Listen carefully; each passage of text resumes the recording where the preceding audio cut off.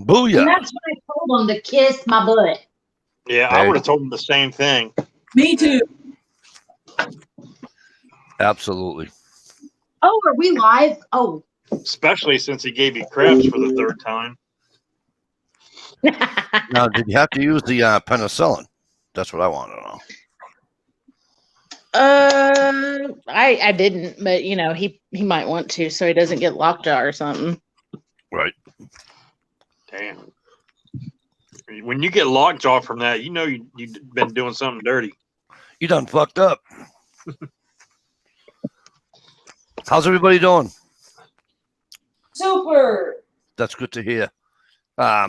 Just peachy. Oh yeah, you got to give the thumbs up. Yeah. I miss her. The cameras. I hate this backwards camera angle. I know I hate it. Me too.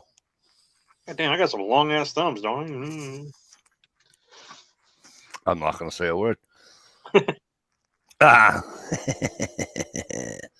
Back by, first of all, I want to apologize for not having a chat last week. I was dead dog tired. It just wasn't going to happen. I would have fallen asleep before we went live. I was bitching about it, but I was asleep by this time last week anyway. Yeah, I was asleep. I was asleep probably around 10 to 10 in the goddamn chair. So now that I'm back, it looks like Gunpowder Beauty must have missed me because she's back too. And Of course I missed you. And Miss Shalisa Shell joins us again with a different view.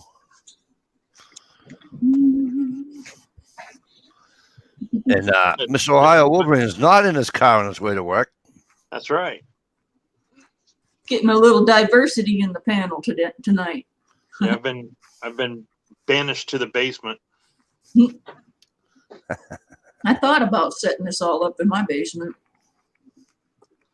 Well, it's the coolest place in the house right now. I mean, our temperature got up to like high 70s, almost 80s today, and now we got thunderstorms. So yeah, if I just disappear, it's because our Wi-Fi has been going in and out all damn night. And that's been happening with me. I've done that on a couple Mikey D chats, just disappear and not come back. It's killing both seasons. I'll tell you that right now.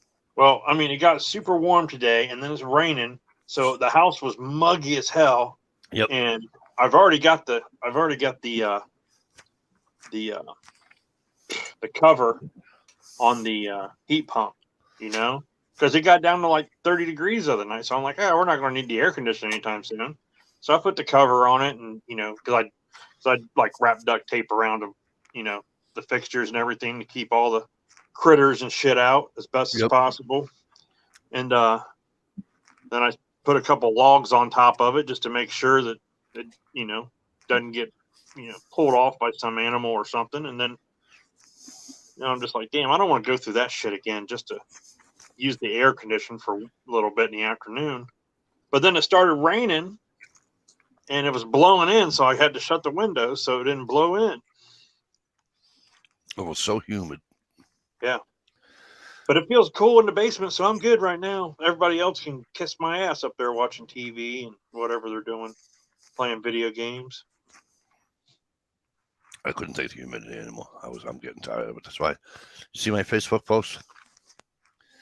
The other day I did a Facebook post. Yeah.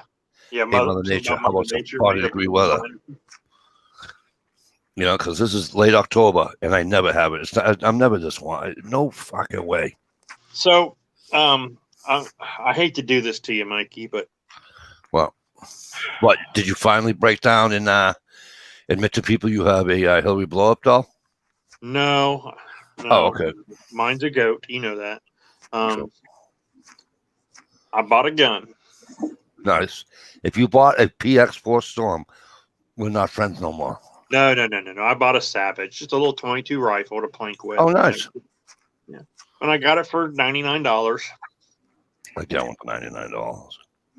Huh? Again, a $99 gun. Yeah, $99. So tonight I went out to Wally World and I bought a scope for it. Got me a little Simmons rimfire scope for it. Cost $30 at Walmart. So I got $130 invested in it. So it little plinker, because I got a ton of 22 from like the big scare back in 2013 and 22 disappeared. Right. Like, I have a bunch of 22 from before that, and then it's just like now you can't find any pistol ammo or 5.56 or 2.23 right now, and I'm just like, I got a shit ton of 22, so that's what we're going to shoot. So we're going My to shoot friend 22. told me yesterday. My friend said he's got a bunch in his storage unit, but he can't get to it. So if I help him organize his storage unit, he's gonna hook me up. Yeah, I got some. Well, yeah, because you need ammo for yours. I got shit so old it's still in the milk carton. Remember when it used to come in the milk carton? Yep. So you need ammo for your rifle, don't you? Yeah, 223 556. Yeah, it's hard to find right now. Yeah. Well, my buddy was telling me he's got a whole bunch. He's got 2 big ass storage units full of stuff he's saved for if shit ever really hits the fan, like big time hit the fan. And I'll let some people in on a little knowledge that not too many people know of. But if you are former military or current military and you still can qualify to use the exchange, they sell ammo online on the exchange, as long as you live in a state that allows them to ship it to you. Cool. Which I'll name the states for you. It's not Massachusetts. It's everyone except for New York, Massachusetts, Rhode Island, and Illinois. I didn't know that Illinois was in there. Yeah, you can't even own a. I was looking at Heritage Rough Riders the other day. They had them like different ones with like different grips on them, like a pinup model one, and like this cool like Liberty Bell. The Liberty Bell Heritage Rough Rider is really cool, and it stated it was on RK Guns Rural King. Yep. That you can't, or maybe it might have been Classic Firearms. I think it was Classic Firearms. That you're not allowed to own them in Illinois. A fucking 6-shot, single action revolver cannot be owned in Illinois. I'm like, what? I never heard of that. And they said, yeah, they wouldn't ship them. So I don't know if you can't own one or they just won't ship to Illinois. Huh. I want to show you something that I have to get to the page first, so talk amongst yourselves. I stumbled upon by accident, and it's kind of cool. That was a one-time deal that I did that, and I was desperate for money. So don't. Right. I knew doing that somebody would stumble upon it sooner or later.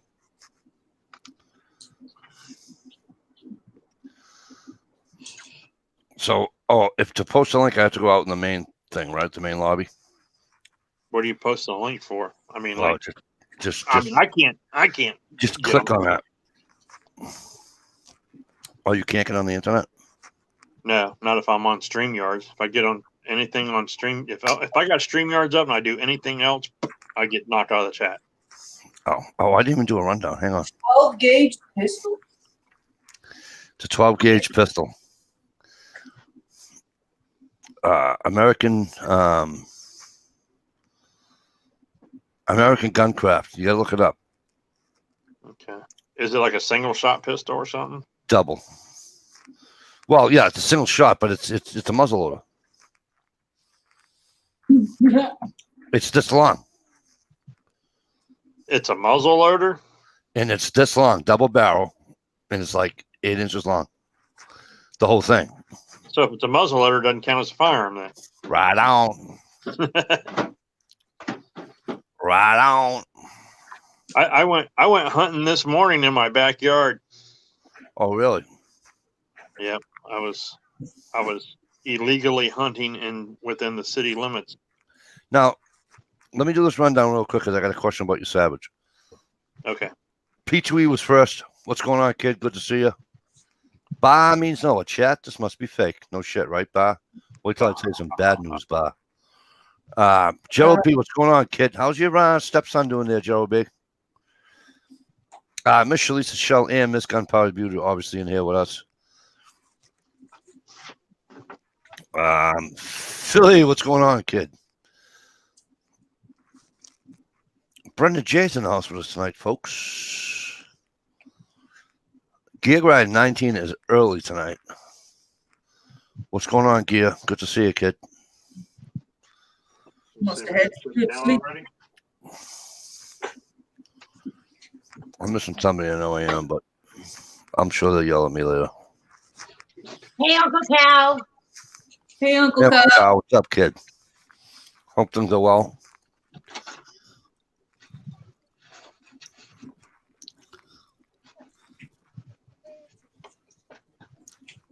Geez, I'm going through Pepsi like there's nobody's business. I'm going to get fat again. Actually, I already am. Less than 2 weeks till election day. Well, I already am fat because 1 week left until winter vacation. And less than 2 till election. Your Savage, is that a I'm assuming with knowing you, it's probably going to be a semi, right? Yeah, it's semi-automatic 10 Am I round mag. the only guy that likes a bolt action gun? Well, I like them, but Even the little ones to plink with, even like the 117. the Savage bolt action's like closer to over $200 for that. Is it really? Yeah. Wow. I would actually. My buddy has a Savage 17 HMR that is just a fucking tack driver, and I said I wouldn't mind having that same exact gun, bolt action, in a 22 Magnum. But then I realized 17 HMR. Mario, what's up, kid? You want a link, kid? That shit's in stock just about everywhere I go. So that might be the way to go is 17 HMR because it's not that expensive. It's about the same as a 22 mag. Is it? Sometimes it's cheaper. Tonight at Walmart they had 17 HMR for $11.46 for 50 rounds. That's not bad. Especially since you're going to be shooting a bolt action and like more precise, so you're probably taking your time and you're not. You're not going. My shoulders kill me. Right. I basically bought that for plinking because I didn't want my kids to beat the hell out of my Henry. You know what I mean? Right. So they can play with the plastic gun. You know. Mario, how come you're not on my?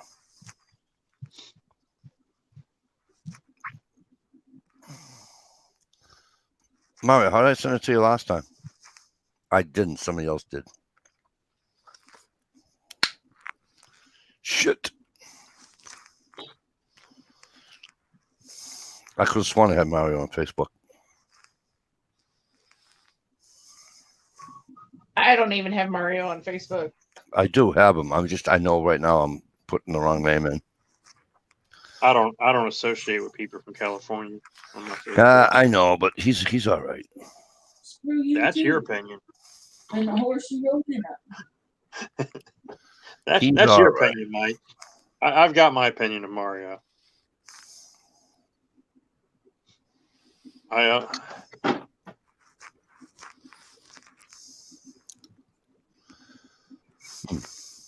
He should just move to Vegas like all the other gun channels do. Like all those gun channels that were in California, they all live in like Nevada now. Have you noticed that? Do you blame him? No, I don't blame them. But I mean, just like you. I mean, look where you live. I mean, but that's where you're born and raised, man. It's hard to, Not for me. It wouldn't be. Yeah, but I mean, it's really hard to tell somebody, just move to a different state. You know,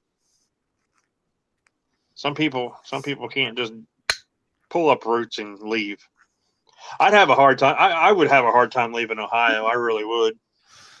Well, I mean, here's the thing. You got to remember, I live a mile and a half from a bordering state. Yeah. Um, Which lets you do anything you damn want, basically. Yeah. So it's not like, It's not like I live down the Cape of Massachusetts and I'm moving to New Hampshire. You know what I'm saying? Right. Mario, how come I don't have you on Facebook? Mario, send me a instant message on Facebook, will you?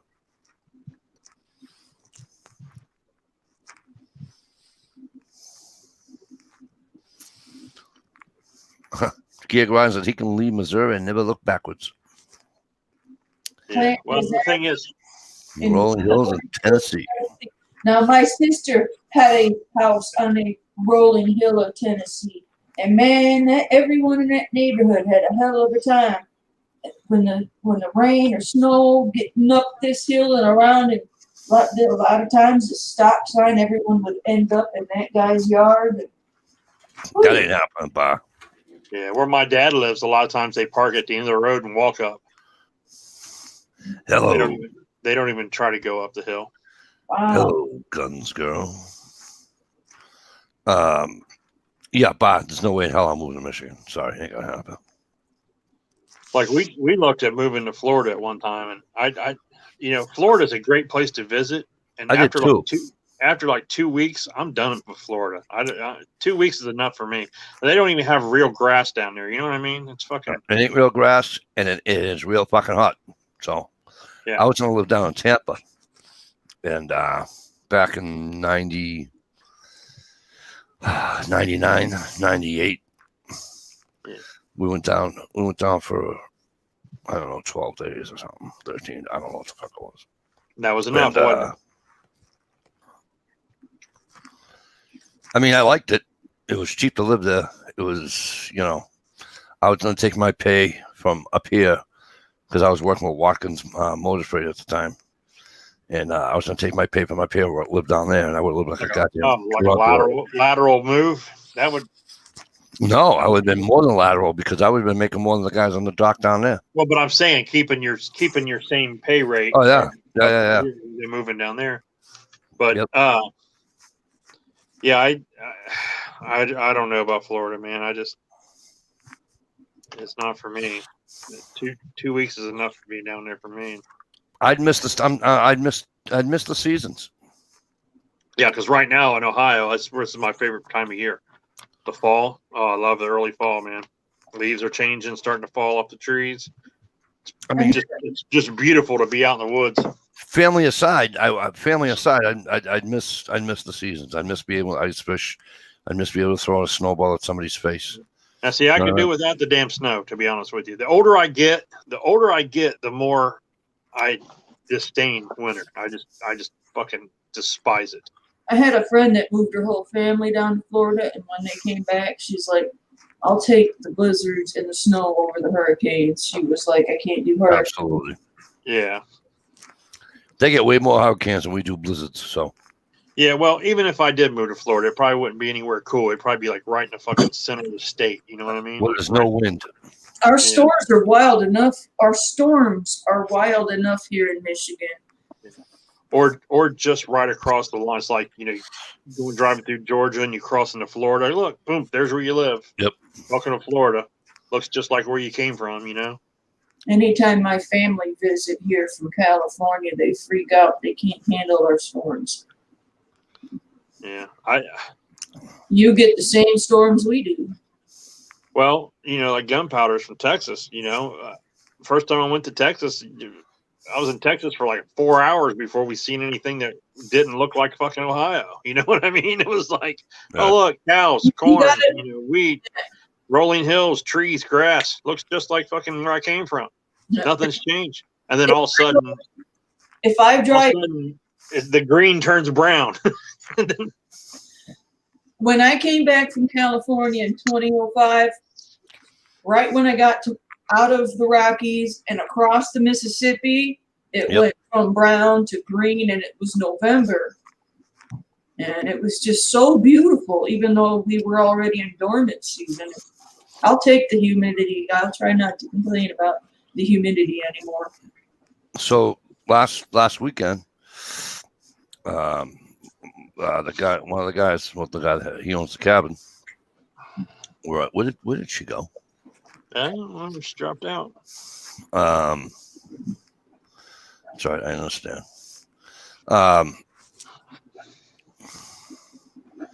He went up north and he left. After we left, the guy beside us took a video. Fucking snowstorm like a son of a bitch.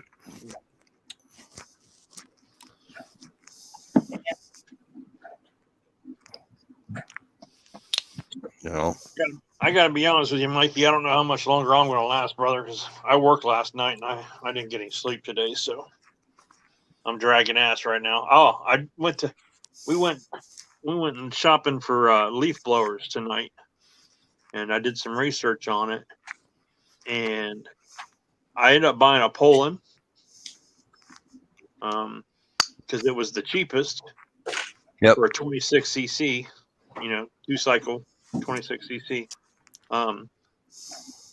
And the same Poland motor is in the Craftsman model, the Husqvarna model, the Bolin model, the MTA model, and the Troy-Bilt model.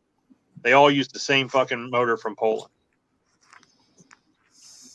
So I'm like, we got them. We're at Lowe's and Menards, and we got them all laid out.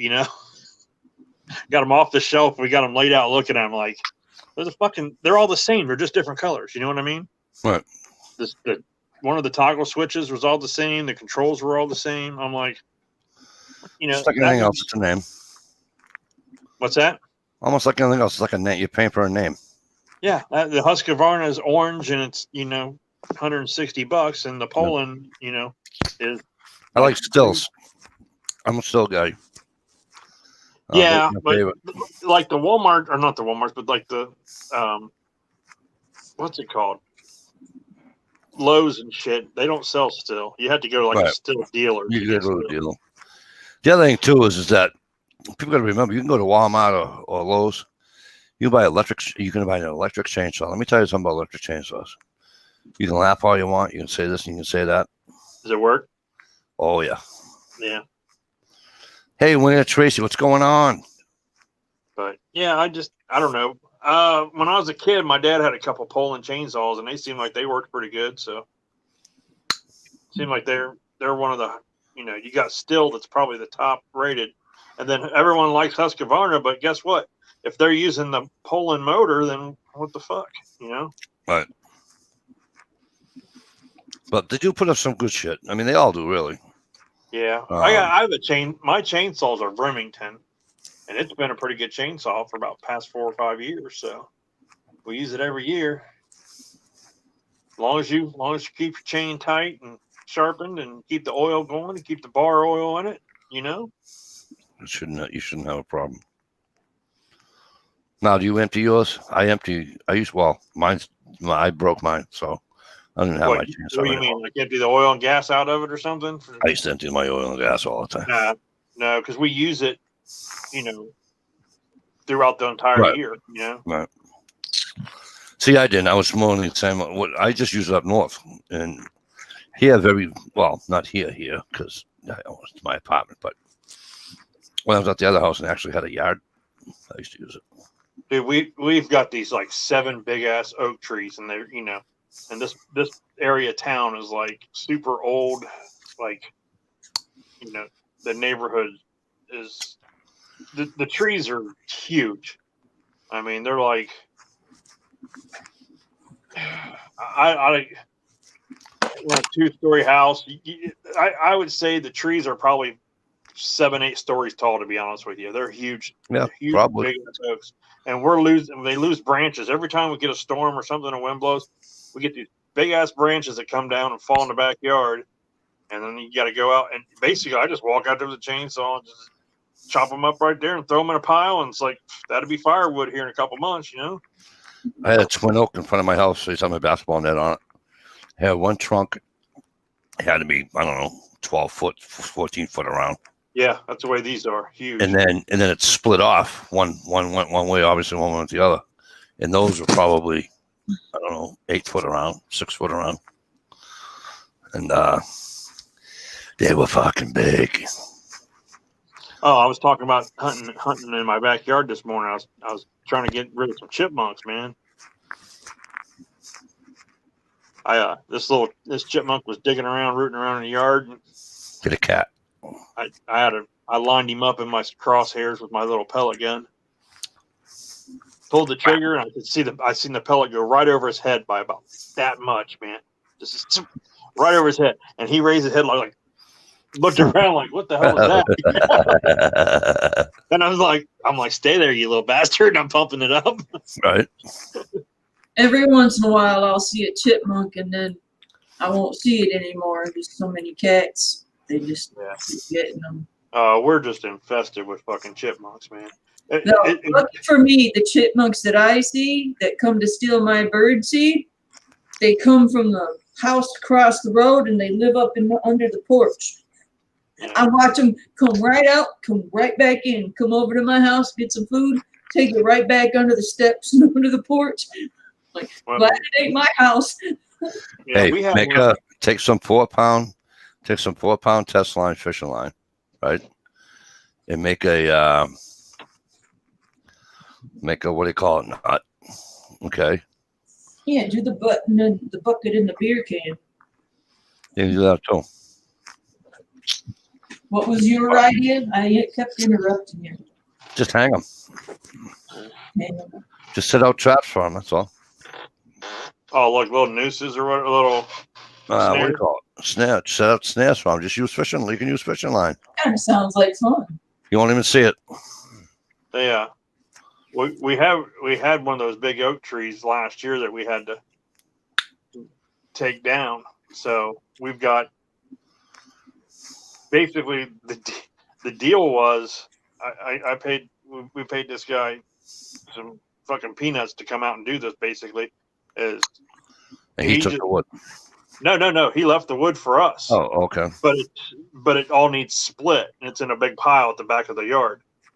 So that's where all the chipmunks live, in this big pile of wood that needs split. But I still got to go get it. I got to rent a splitter. A big one. Yeah. So, well, we took a chainsaw to a lot of it, and the big giant pieces, and we divvied up in 4, Right. But still, the big chunks aren't big enough. They're still too big to yeah, you can't put them on. Stick them in the fireplace. Yeah. Yep. I don't feel like going through a shit ton of chains and sharpening my chains on my chainsaw just to cut through. If I had a splitter, I could just split it up. And then my dad says, "Oh, just get out there with the hammer and maul." I go, okay. If that was wet, don't matter what, and you can do 4 mauls. It don't matter. Yeah, it's only been a year. I think I'll let it sit for another season. It should be dry now, but yeah. Oh, no way. We have a stump that's been in the front of my brother's cottage for I can't tell you how long. All right, and every year I go out to it, and you know what I think it is, because nobody knows what kind of wood it is. I think it's a weeping willow, because we go out there, and I'll put the maul to it, and as soon as I hit that thing with the maul, all the water comes out of it. Not all the water, but you know what I'm saying. The water comes right out of the. I mean water.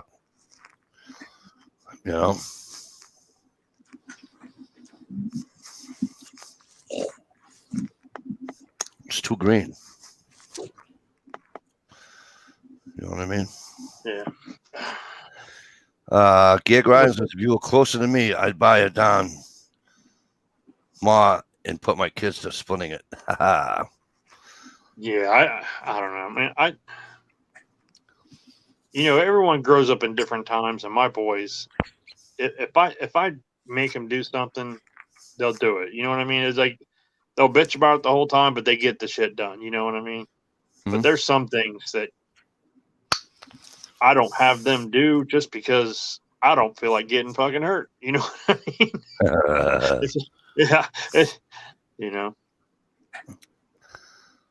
I got one. My youngest boy, he's so he's born with so many damn allergies. He's allergic to grass and pine needles and oak leaves and I mean, the damn kid goes out in the yard for 10 minutes and he comes in, he's fucking covered in hives and he can't breathe. You know, I'm just like, so, you know, my other son's like, that's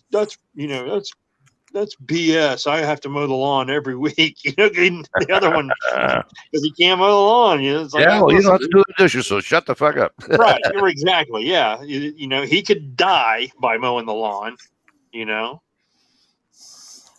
Yep. I used to have that problem with my sisters. Well, you don't Right, have, yeah, you don't, but- my sisters would be But like, the youngest one always cleans out the sinks and the fucking toilets and shit. You know what I mean? yep. My sisters will always be like, oh, you don't have to do the dishes. We have to do the dishes before. I said, I'll tell you what, I'll swap it you. You get your little tiny scrawny little ass outside when it's fucking 20 degrees out and the wind's blowing fucking 20 mile an hour and you're shoveling the driveway. Go right ahead. When I was younger, I had, you know, I wouldn't say chores, just responsibilities, you know, because, you know, everybody had to pull their weight, you know, and we raised a bunch of animals, and my job, you know, my job every day before school, and then when I came home from school, and then before I went to bed, was to make sure the animals were all fed, they all had water. Yep. You know, and you know, it was also my job to take the trash to the end of the driveway. And I mean, we lived, you know, our driveway was I think about 1,000 yards from the road. You know, our house was. Nice. So we had an ATV with a trailer on it, and you'd load the trash up, take it down, unload the cans, go back up, grab the other can. You know, 'cause we usually had about 4 or 5 cans of trash every week, and that was part of my job to do that. But then part of my job was taking the trash out on the day of, you know, the night before trash day, was to collect the trash in the house, empty all the trash bags, and then a little bit later it was, you're in charge of the trash every day. You got to empty all the trash every day. Right. It's like, wait a minute, my job keeps getting expanded on, and I'm not, you know, like the old saying, if you're doing a good job, you end up doing other people's jobs too. But I never had to wash dishes, so that was a pretty good trade-off, right? I guess. Oh, yeah. And that and laundry. Yeah, moving out on my own, that was a major like wake up call when it come to laundry. I fucking hate doing laundry. Well, I'd like to find me a guy that absolutely hates laundry but don't mind doing dishes. That would be perfect for me. I'll do all the laundry. You do the dishes. my thing was I never folded clothes. I just took them out of the dryer and put like all my shirts. All my shirts went on hangers, whether it was a t-shirt or not. You know, I would hang all my shirts in the closet. I put my jeans and my pants on hangers, hang them in the closet. Really? Yeah. To do that. I never folded. I never had any. Only thing that was in my drawers for, you know, was my underwear and my socks and like some t-shirts, like undershirts, like just the white one undershirts, tank tops, shit like that. Those would go in the drawer. But dude, I was such a simple man back then. It was like I went to the store and I bought like 7 packages of socks, all the same fucking socks. That way I didn't have to match socks. Hell I just yeah. washed them. I just poured the bleach in the water, put the soap in, washed them, put them in the dryer, took them out, took them to the basket, walked with the basket back to, you know, my bedroom, and opened the drawer and fucking dumped them in the drawer. Because I just reached in the drawer, grabbed 2 socks, and they matched every fucking time. You know? I stack mine. Stack. I don't fold them. When I do laundry, when I do my laundry, everything goes together. I mean, not church clothes, wedding clothes, all that bullshit, but jeans, t-shirts, socks, underwear. Right in the my thing was towels and washcloths, because, you know, you got a towel and a washcloth every day. Every morning you get a new fresh towel and a fresh washcloth, you know, and then you put it in a hamper after you get out of the shower, and then like Friday you come home from work and you're like, God damn, that hamper's full of fucking towels and washcloths. How'd that get so full? You don't realize that 5 towels is like a load of laundry. You know, Right. 5 towels will fill a washer up. Do it with 3 women in your house. Yeah, I bet you go through a shitload of toilet paper too. Okay. Let me tell you something. Jesus Christ. Well, a lot of women use a towel to step on, a towel to dry off with, and a different towel to wrap around the head. Yep. Yeah. I had 4 boys when I was engaged in my 20s. I had mine and his 3. And when I went to the laundromat, I took up the whole row of washing machines on one side. Boom, boom, boom, boom. All done in 2 hours. Family of 6. And Bob Means No says dishwasher was a great investment. Yep. Mine was too until it broke. But no worries. She'll be out of the cast soon. Yeah. Yeah. No, but seriously, my dishwasher here at my little, what do you call it here? Right, it's not an apartment. What they call these? What do you call it? 2-level? Condominium? No, townhouse. Townhouse? Okay. It's really a townhouse. I mean, I only rent, but it's really a townhouse because it's 2 floors plus the other side of the basement. But anyways, my dishwasher hasn't worked since the first day I walked through the door. And I don't use it. There's 5 of us here, but When I was a kid, our dishwasher was used to store the pots and pans that we didn't have room for underneath it. you know, my first my mom always my mom, for some reason, my mom didn't trust a dishwasher. She's like, you get them cleaner if you just do them by hand, you know? our first dishwasher was portable. Oh, yeah, the roll-away one? You hook it to your sink? Roll it right to the sink. Yeah. Hook it up. Yep. Yeah, I have one of those. It'll work.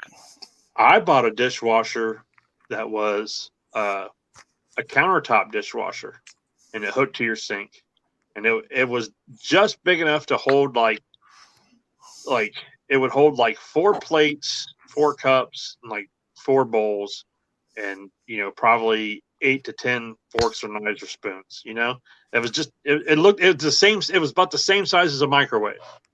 Yep. And it sat on the counter next to the stove. It even looked like a microwave, and it had this retractable hose in the back. You'd reach back there and pull the hose and hook it to your sink, turn the water on, put your soap in, close it, hit start, and then it would, it'd wash the dishes, and then it had a heat dry temperature, like a heat sanitized dryer in there, and it would heat them up and dry them. But I lived on my own, so I did. It's like that was basically my dish storage. It was like you pull it out of the cabinet, you eat on it, you put it in there, you rinse it off, you put it in there, and at the after 3 or 4 days of meals, you're because I always would wash my pots and pans because it's just so much easier just to wash your pots and pans, and then I'd run the dishwasher like on a Wednesday or whatever, and then I'd run it again on Sunday. Tell you how bad I was. Okay. Well, I did it with my dad first, and then when I went on my own, I continued to. So I went and lived with my father for a little bit, probably, summer or whatever. I was, 19, I think. 20. Anyways.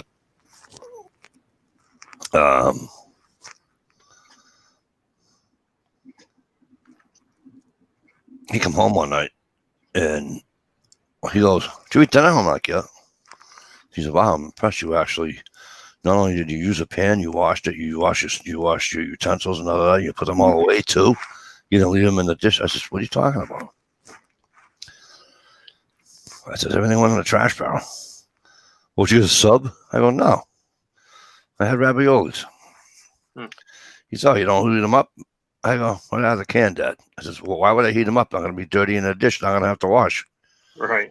I says, "Out of the can, plastic fork." Right. It all goes in the goddamn trash barrel. "What's wrong with you?" Blah, blah, blah. I go, "Nothing. It frees up my time." Yeah, me and my buddy, we had an apartment together, and it was a 1-bedroom apartment, but it was like a basement, and I stayed in the basement. And I mean, it was a finished basement. It was pretty cool.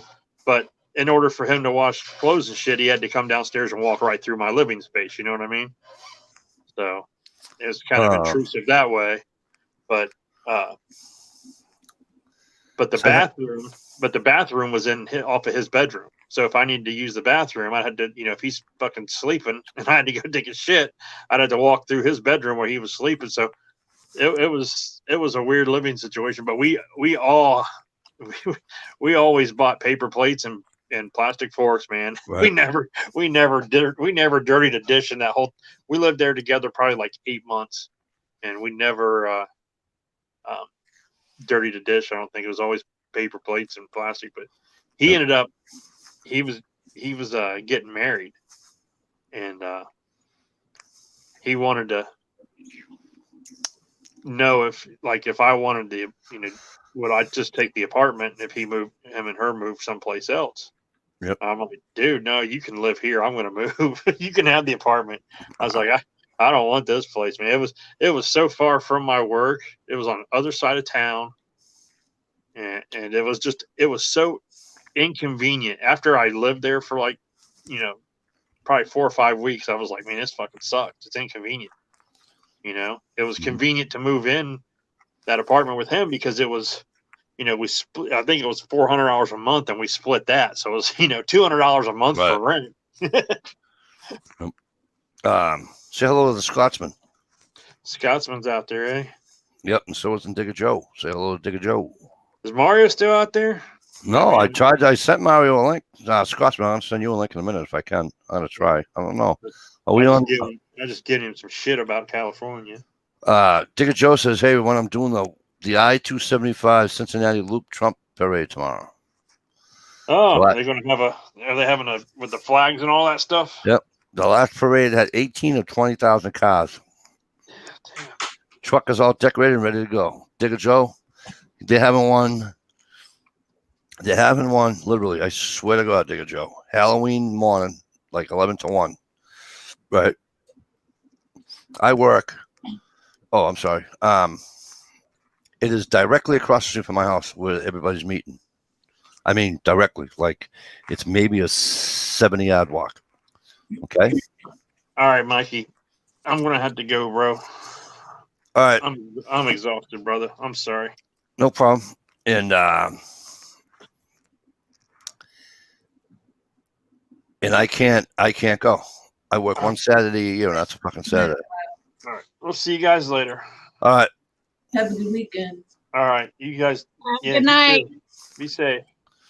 Mario is watching the Dodgers lose the World Series. Oh. Gerald B., welcome back. Where you been, kid?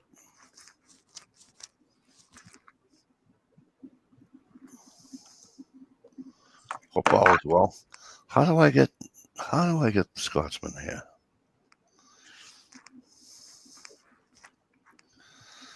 Do.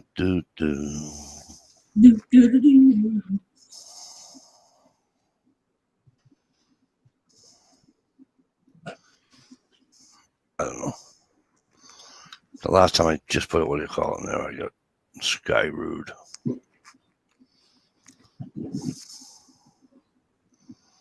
What's our opening day of season?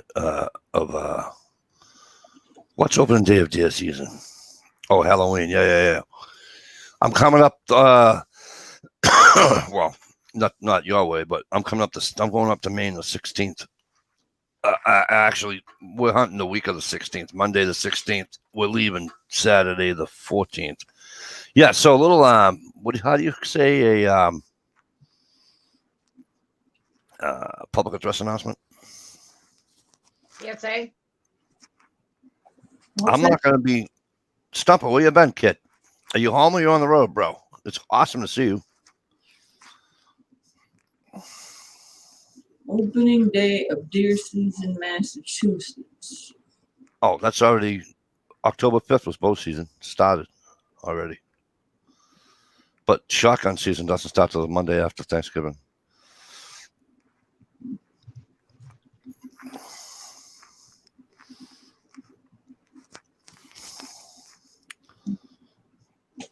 Yeah, Scotsman, just do it this way. Just do it quick. Write me back when you have it. All right. You gotta, when you do that, don't do it like you just did. Say it. Wait for the lag of 7 seconds, then pop it in and pop it out because of that lag. Good point by you. It's like, no, it's 3 seconds times 2 because it's got to go through StreamYard and YouTube. Right.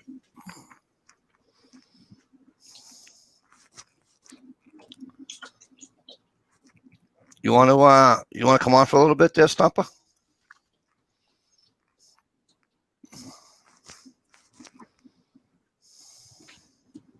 Come on, Stump, get in here.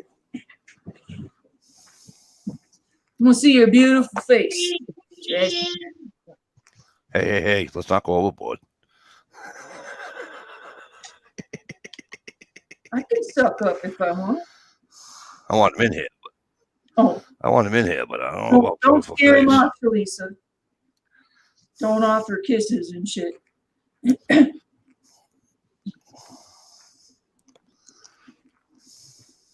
Uh-oh, someone said that's not StreamYard's link. Yes, it is. What are you talking about? Copy. American Guncraft, that's the gun. Oops. He's still on American Guncraft? Yeah, it's still on American Guncraft. So you'll have to copy and paste again. At least he knows it's coming now and he's ready.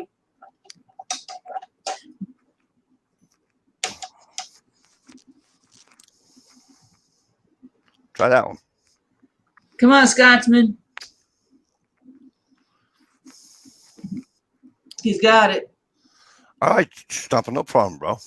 But you, as long as you know that it's all, you're always welcome, my friend. We love you, bunches. Hey, Gunpowder Beauty, can you do this yet? Hang on, how do I gotta get rid of my link. I was gonna say I knew you was getting a little bigger. You might be big enough to do that. Hell, I walked in at the right time, didn't I? What are we doing? Oh, What am I missing? Apparently, we're blowing titties. Oh, wonderful. Okay, so since I got my job, I've lost 20 pounds.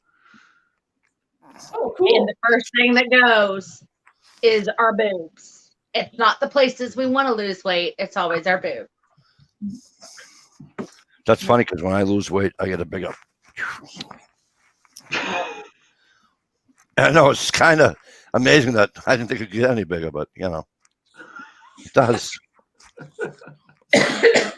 Bob, what did I miss now? Bob means knows all over my shit. Yeah, I know, Digger Joe. It sucks that I'm not going to be there, but you know what? It is what it is. I did post a gun link, didn't I? Oh well.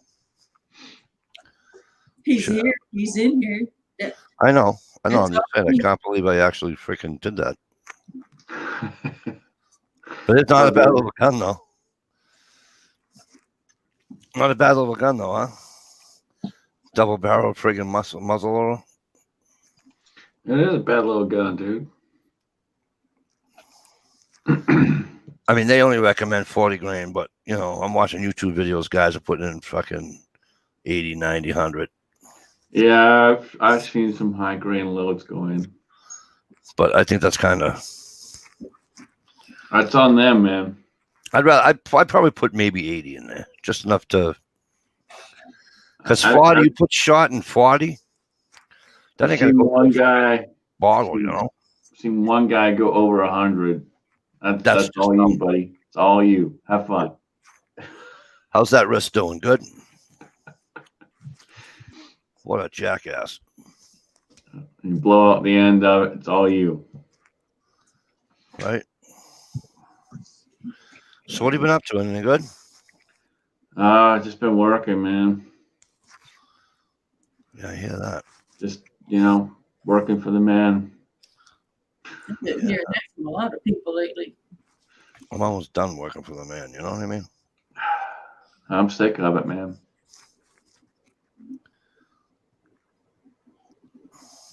But tomorrow I get to drive up to Indiana, teach a few people how to shoot. There you go. Tomorrow should be a good day. Anytime you're at the range is a good day, right? Yep. You have 50 cal, you want 150 grain of black powder. It's a little bit different. Gerald, look at the link I sent. Click on the link of the American Gerald B. Even if you don't click on it, I'll tell you what it is. It's a double barrel muzzleloader that's this big.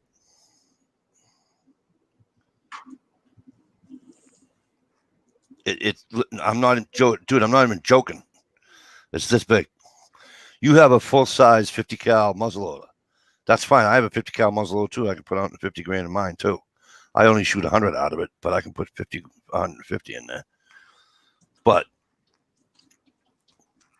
to put 125 grain, 120 grain of any powder in that shot little gun, I am no gun expert. I don't even play one on TV.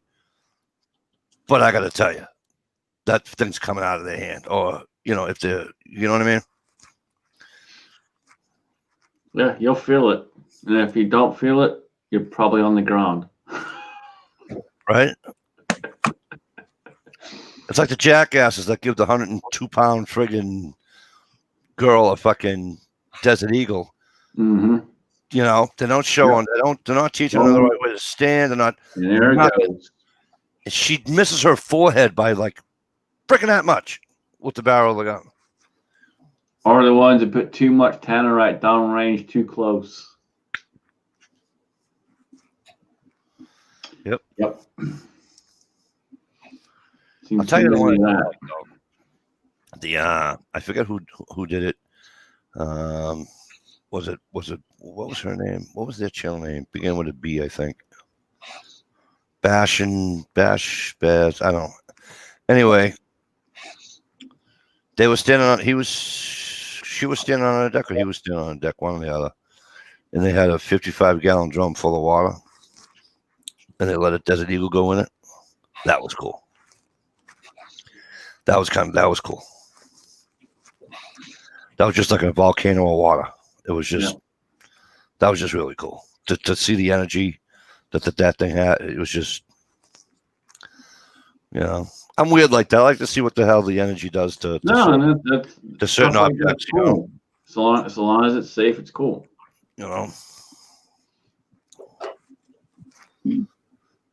Yeah, believe it or not, Gerald, you got to see that video, man.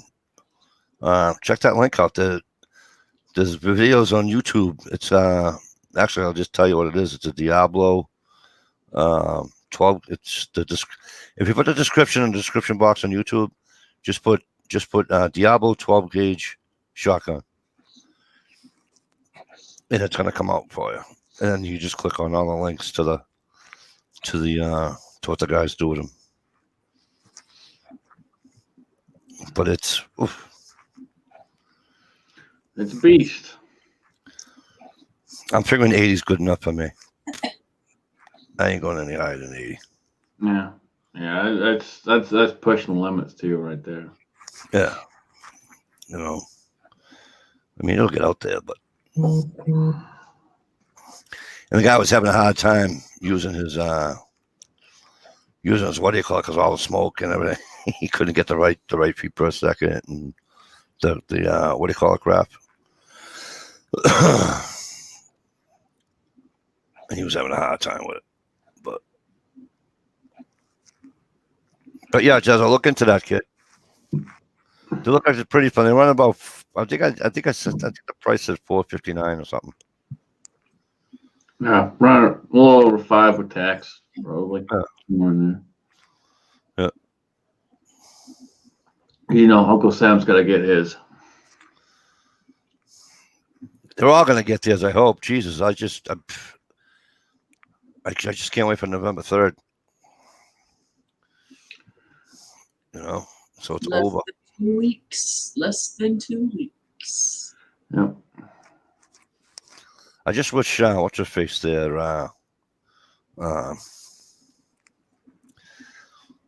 Biden's sidekick. Well, it's not his sidekick. That's the one that they really want. Yeah, I know, but That's the problem.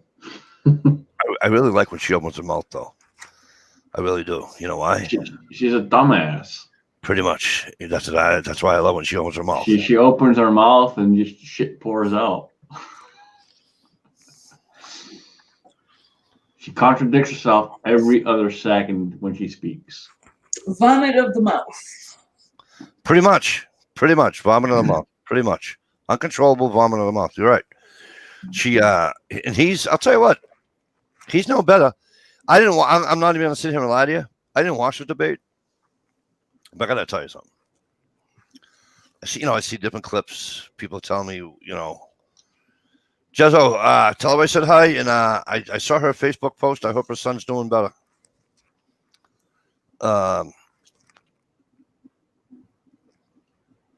Did he say it jokingly? See, this is the whole thing. I didn't see it, so I don't know if people are taking shit out of context, because you know what I mean? Like when you don't hear something and then you find out. So are you going to talk about the comment where everyone says they said good? No, I'm going to talk about how he said we don't need any more oil. Okay. So here's the thing, right? So I'm like, yeah, thanks, Bach. Camille Harris, yes. Here's the thing. If somebody says something out of context, like breaking balls or something, like, yeah, we don't need any more oil. You know what I mean? He doesn't really say, or she doesn't really say, we don't need it. She doesn't, you know what I mean? So the guy at work says, Mike, here, watch this video. I'm like, okay. But seriously? How does a grown man even actually say that? Well, it's. I think one of the funniest things from the last debate was Biden turning around saying that I never said I was going to get rid of fracking. Go ahead, please post it on your website. And then there's so many things of him saying, I will get rid of it. And then CNN pulls up a video of him saying. Yep. And that's bad. It's CNN, for God's sake. It's CNN. Right. CNN screwed him. Yep. Well, when they're fact checking and they find facts, they give them. Some say a lot of it's bullshit, but if you're out there and you're watching this and you haven't woke the fuck up, wake the fuck up. Right. Because I got to tell you something. It's actually, you can say anything you want about Donald Trump. You can say he's this, he's that, he's this, he's boisterous, he's fucking, he's not professional as a president. He's not this, he's not that, blah blah blah blah. Now I'm just going to ask one question: all those people that say he's this, he's that, he's this, he's that. If you didn't know who Donald Trump was prior to him being president, I think you're lying. Number one, I think you're lying. Number two, having said that, you knew what you were getting. You knew what he was all about. You knew he speaks from the hip. You knew he doesn't, tiptoe, friggin' da da da da da. He's a TV star. He's never done it. He's never done it. Why would he start now? It'd be like somebody telling me to start putting my right leg in my pants first. It's just not going to happen. You know what I mean? Why would I do that now after 53 years? And see, to the people that get pissed about the ATF and blame Trump, remember this, and this is a key point. It's not Trump's ATF. Trump inherited Obama and everyone else prior. They're still in there. They've been there 20, 30, 40 freaking years. He inherited all of them. It's not Trump's ATF. So don't blame Trump. Yep. Now, can Trump stop it? Yeah, he can step up his game a little bit. Absolutely. And that's my only issue with him is he needs to step up his game when he says he's going to stand for us. Then stand for us. Right. Other than that, I got no problems with him. He's done a great job with the economy. You know, this whole pandemic BS was brought in to make it look like he failed. Right. He didn't fail. The Democrats pushed all this bullshit. So if you don't realize that, wake the fuck up. Somebody actually tried to tell me that the economy was better in Obama's last year than it was in all 4 years of Trump's presidency. And I said, do yourself a favor. I says, I don't claim to be some genius, some rocket scientist or anything like that. I really don't. I goes, I didn't go by what I read. Okay, from all of them. Because I'll read shit from CNN just to get the other side. That's just how I am. Right? I'll read it. But that statement is just silly. It's just silly. Okay? There's no way in the blue hell that this economy was better in Obama's last year of his eighth year, his 8th year as a fucking president. You know, and even if it was getting better than when he originally started, you know why that was it? Do you know why it was getting better? Because people were getting pumped. He was on his way the fuck out.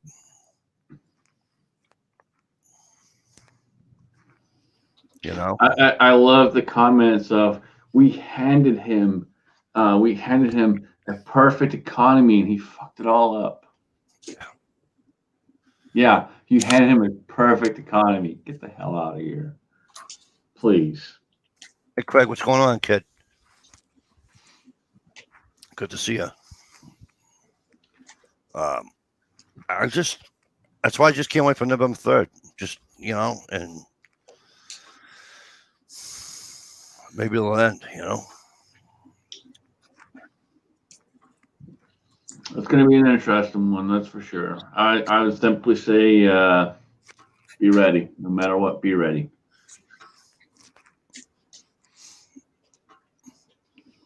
Because even if we get another term, we got 4 more years before we got hell coming. Oh, yeah. So, regardless whether or not, yes or no, even if he does, start getting ready now. Hell, we should have been ready 4 years ago. But here's my problem with this whole fucking pandemic, right? Is that now that it's the end of October, and then now you're gonna get into the flu season, the regular flu season. Okay, we were talking about this the other day at work. So now you get the regular common cold, and you get the regular flu, right? Now your boss thinks you have freaking COVID, and he says, here's the problem. He says to you, you have to go get tested. So now you're gonna go get tested because your boss is telling you to go get tested, right? So now you're gonna go get tested. Now you're using your time, okay?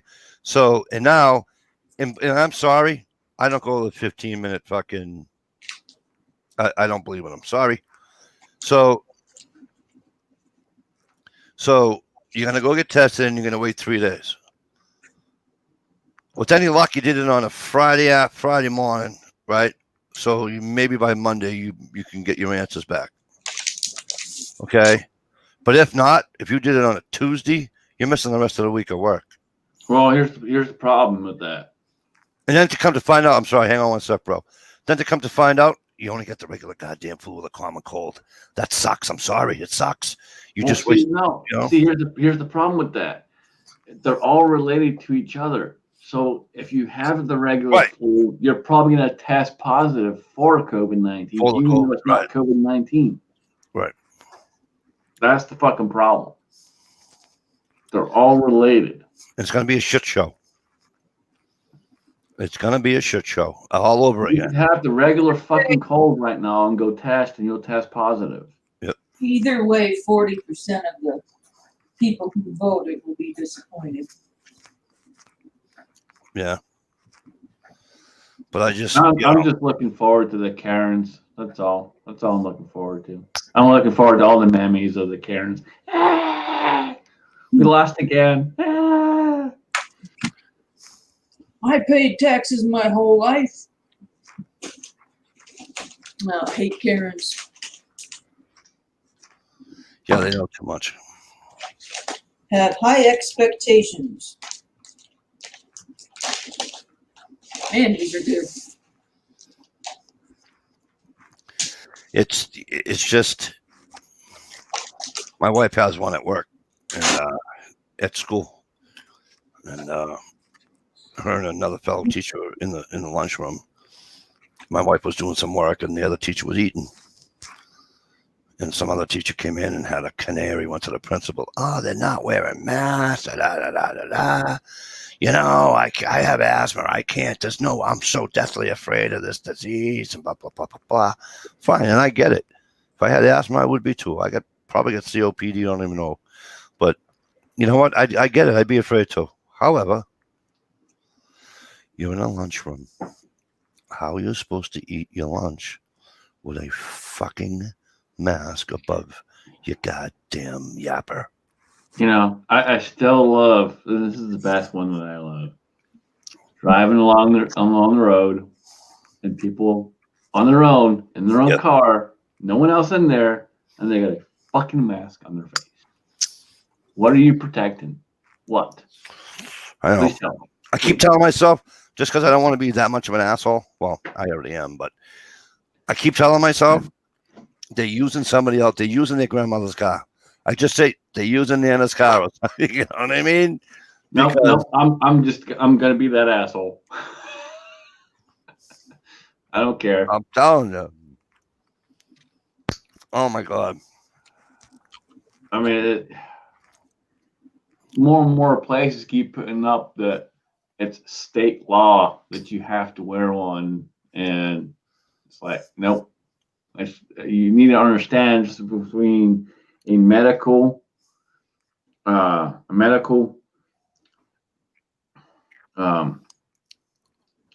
mandate versus a state law. There's a huge freaking difference. A mandate's actually only good for 30 freaking days. So technically, this thing expired. Hell, at this point, we're 7 months in. It expired 7 months ago because it hasn't gone through Congress. And until it goes through Congress and becomes a law, it's not a law. You ask Gerald B out there, right? Because I see Gerald B up in Maine when I do my I go up in Bangor every 2 weeks. And I go to the store right across the street from the hotel. And they know I'm coming because I'm the only guy in there with a mask on. Because the sign says, see, I had this thing that says, if the sign says wear the mask, you got to wear a mask. Because if I want something in that store, I have to wear a mask, right? So if I want a pack of butts or if I want, whatever, I got to do what I got to, you know what I mean? But you go up where he is, way up there, where the numbers are so nil, it's suggested. Jerry, Jezzo, help me out. What does that sign read on that storefront? Doesn't it say we only suggest that you wear a mask? I think that's how it reads. Which is cool, because now it's, you're not going to get a Karen in there going, oh my God, he doesn't have a mask on. Dude, everywhere I go, I get at least 1 or 2 people looking at me going, he's not got one on. He's not got one on. Great. You know what? It ain't going to happen. Right on, Gear. Biden created one job in 47 years. It was for Hunter. That wasn't even a job. That was a collusion. Right. But it's that whole friggin'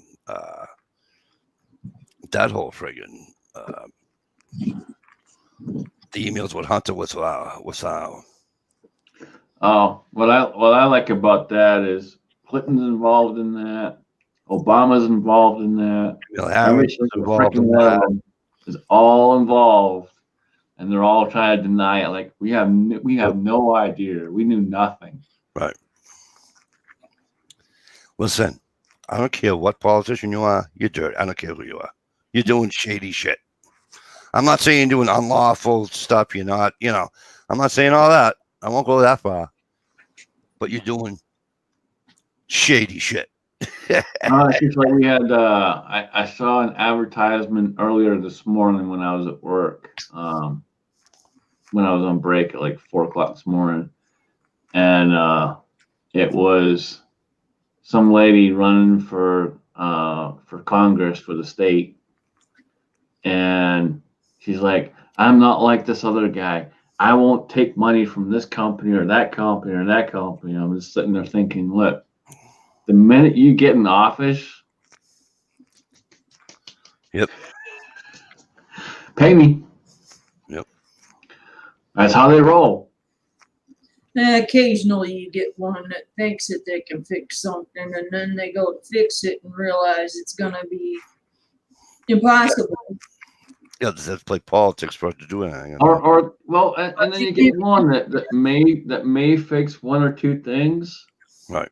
and kind of get going on the right path, but then they see this just going like this, and they go, "Oh, I can just sit there for 47 years and just keep taking this."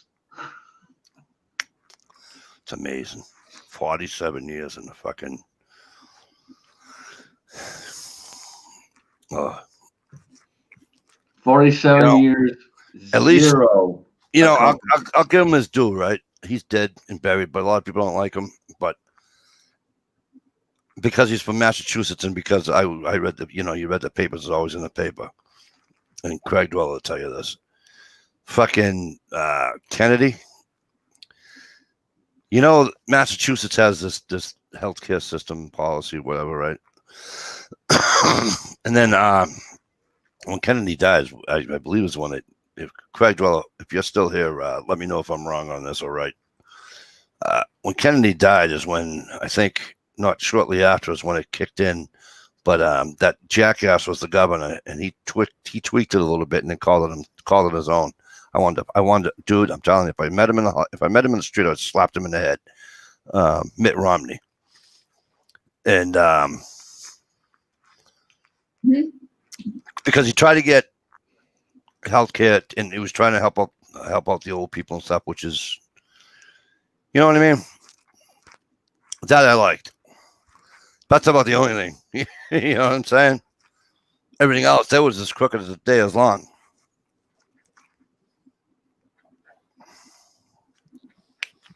Well, type O blood and pot smokers are less likely to get it, and I've got 2 things covered. There you go, Jeremy. Yeah, good thing I started smoking weed a couple months ago.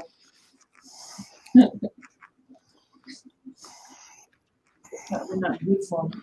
Well, I'm gonna have a right behind my house, right behind where I live is gonna be a friggin' dispensary. No shit. Oh yeah. The health website has a list of a bunch of them, and there's 3 or 4 with left.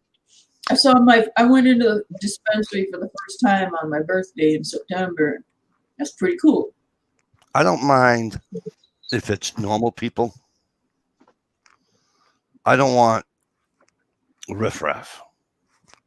That's why they have it set up the way they do. And I've been to almost all of them in town, just checking them out. Plus, they give free stuff with your. There's Mario. Hey, Scotsman, will you do me a favor? Yeah.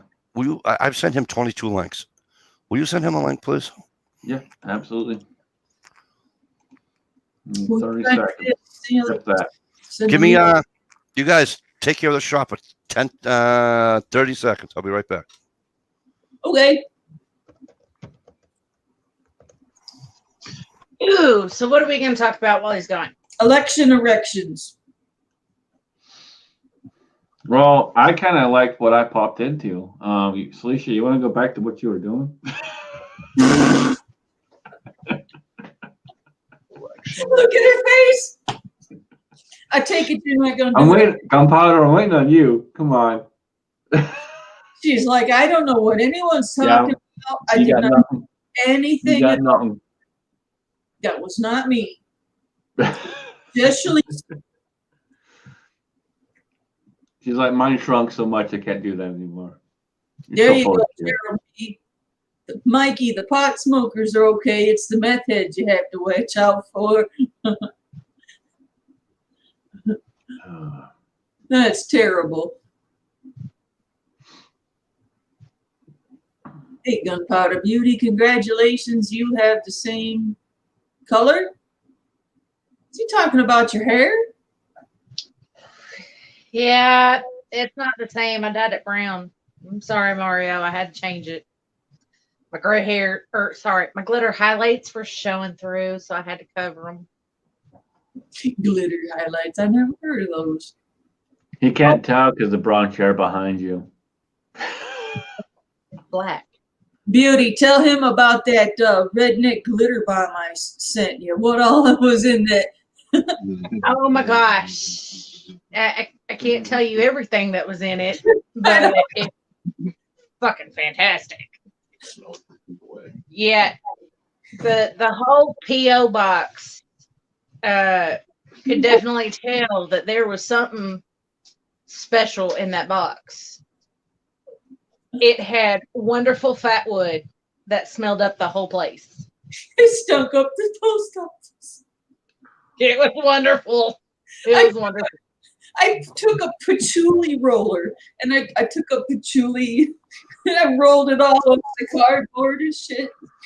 Ah, it still smells like it. It's wonderful. What is that? It is the jar that I have all of my fat wood Yeah, that's all glitter bomb in. that's part of your glitter bomb. Yeah. Random pills, Tums, and Tylenol. I don't think I did find shavings. There you go. She sent me her famous wood. It was amazing. What? Who? What? Shelly So, sent me some amazing wood.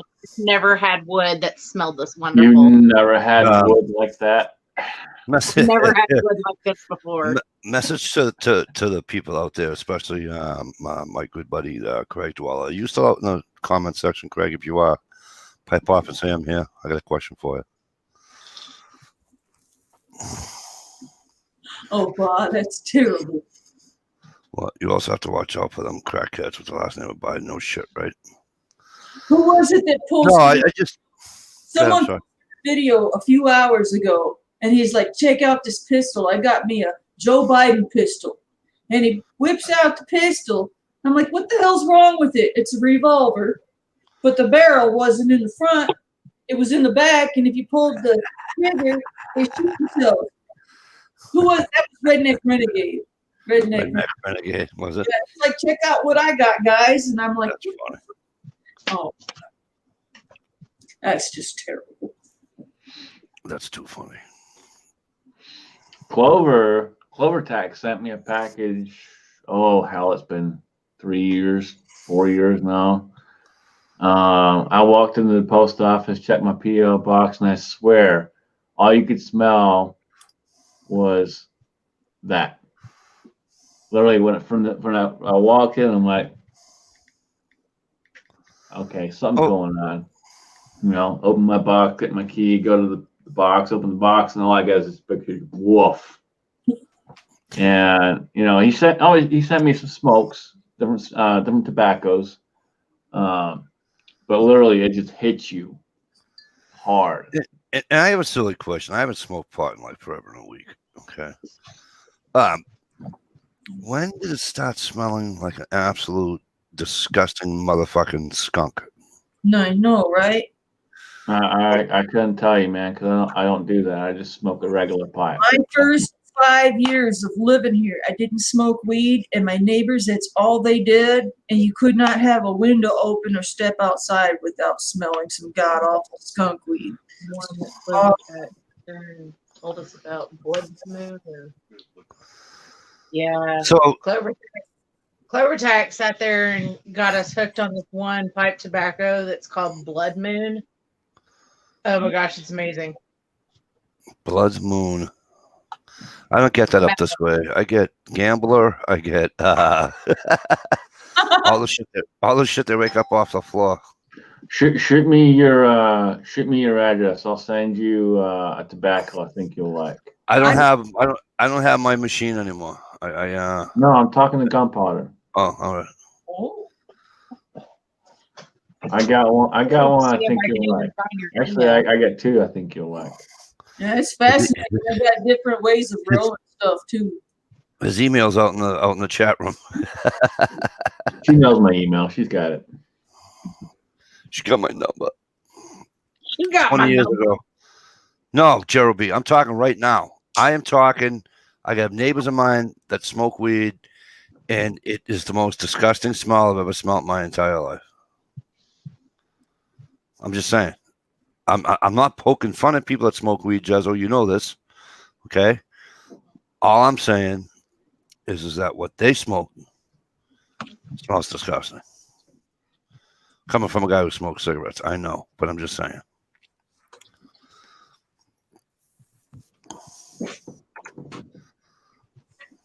Well, Craig must have went in. That's right. I'll text him tomorrow. It's synthetic base, probably. Okay. And I know I'm watching a friend of mine. She's doing all these mixed colors, mixed this, mixed or not colors, mixed whatever. And what the fuck? What was somebody saying the other day? Apple berry something. I said, really? We're going fruity with the fucking weed too. There's They get fruity with all the vodka. vodka, all the beers, all everything. Everything's fruity now, right? They're putting fucking fruit and fucking hard liquor in bourbons and stuff. They're putting I mean, Jesus Christ, stop at the fruit. You know?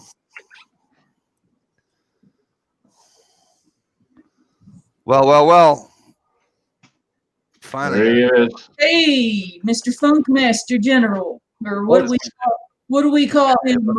He calls himself Super Freak. That's what it is. Super freak. Funky or Super Freak or No, something.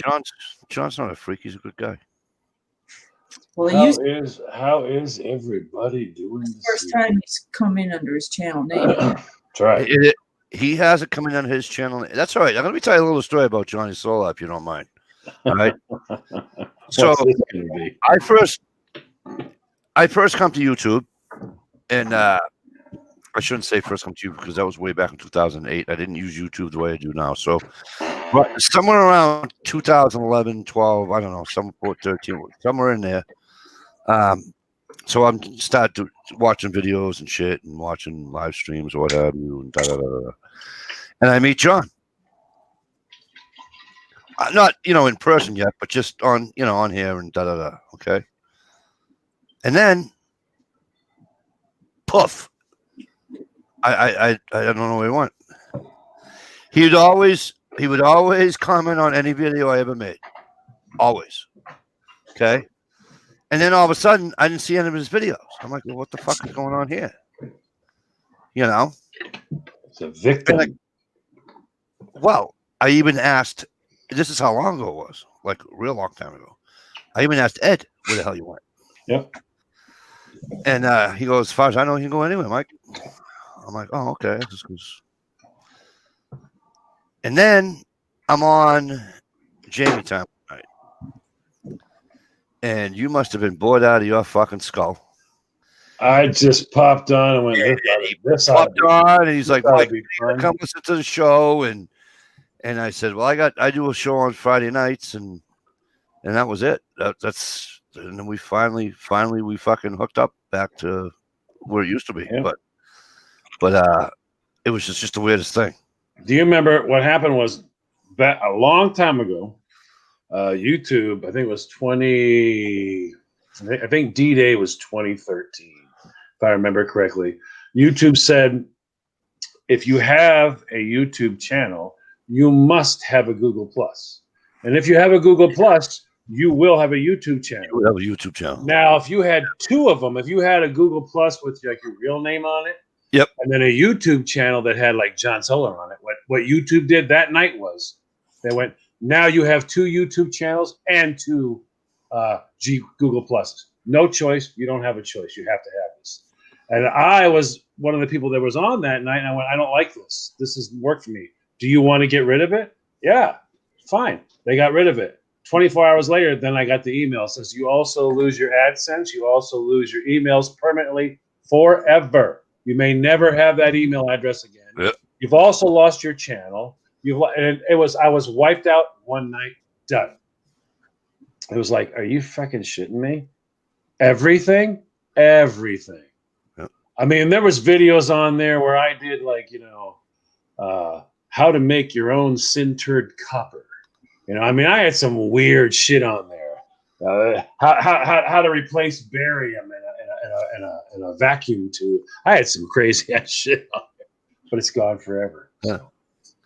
And it's I remember that. I remember that. Then it went from Google Plus to Google Hangout, right? Yeah, and then they just decided, well, Google Plus didn't work, so okay, Right. You're all released from your obligation. All right. Ace Snowzoos, what's going on, man? Good to see you. Thanks for coming in. Kia, go ahead and Jamie time the good old days. Kia, I'm not gonna lie to you. I can't anyways, right? I had a lot of there was many a night I had a ton of fun on those tracks. I have to admit there were times when it was funny. I loved it. I liked seeing Bird Dog on there. There was plenty of times where it was fun. It was a good time when it wasn't wasn't the crazy shit. Right. They've done a lot of stuff. I joined back. How early mid 2014, late 2014, somewhere in there. And from there to now, the amount of changes they've done, the amount of things they've screwed up is just ridiculous. Oh, yeah. Well, a lot of it's odd. I'm starting to understand some of it now because I'm taking the courses and the stuff because it helps me with. I help people with their channels, but I mean oh wow, everything's run on an algorithm now. Everything. Yep, and it sucks because like I'll watch stuff on these First Amendment auditors, and then I'll listen to a couple of country songs, and then I'll listen to fucking a couple of Bon Jovi songs, right? Then I'll watch some Hot Tentin', and I'm inundated with the shit that I don't want to watch. Yep. And I'm like, are you fucking kidding me right now?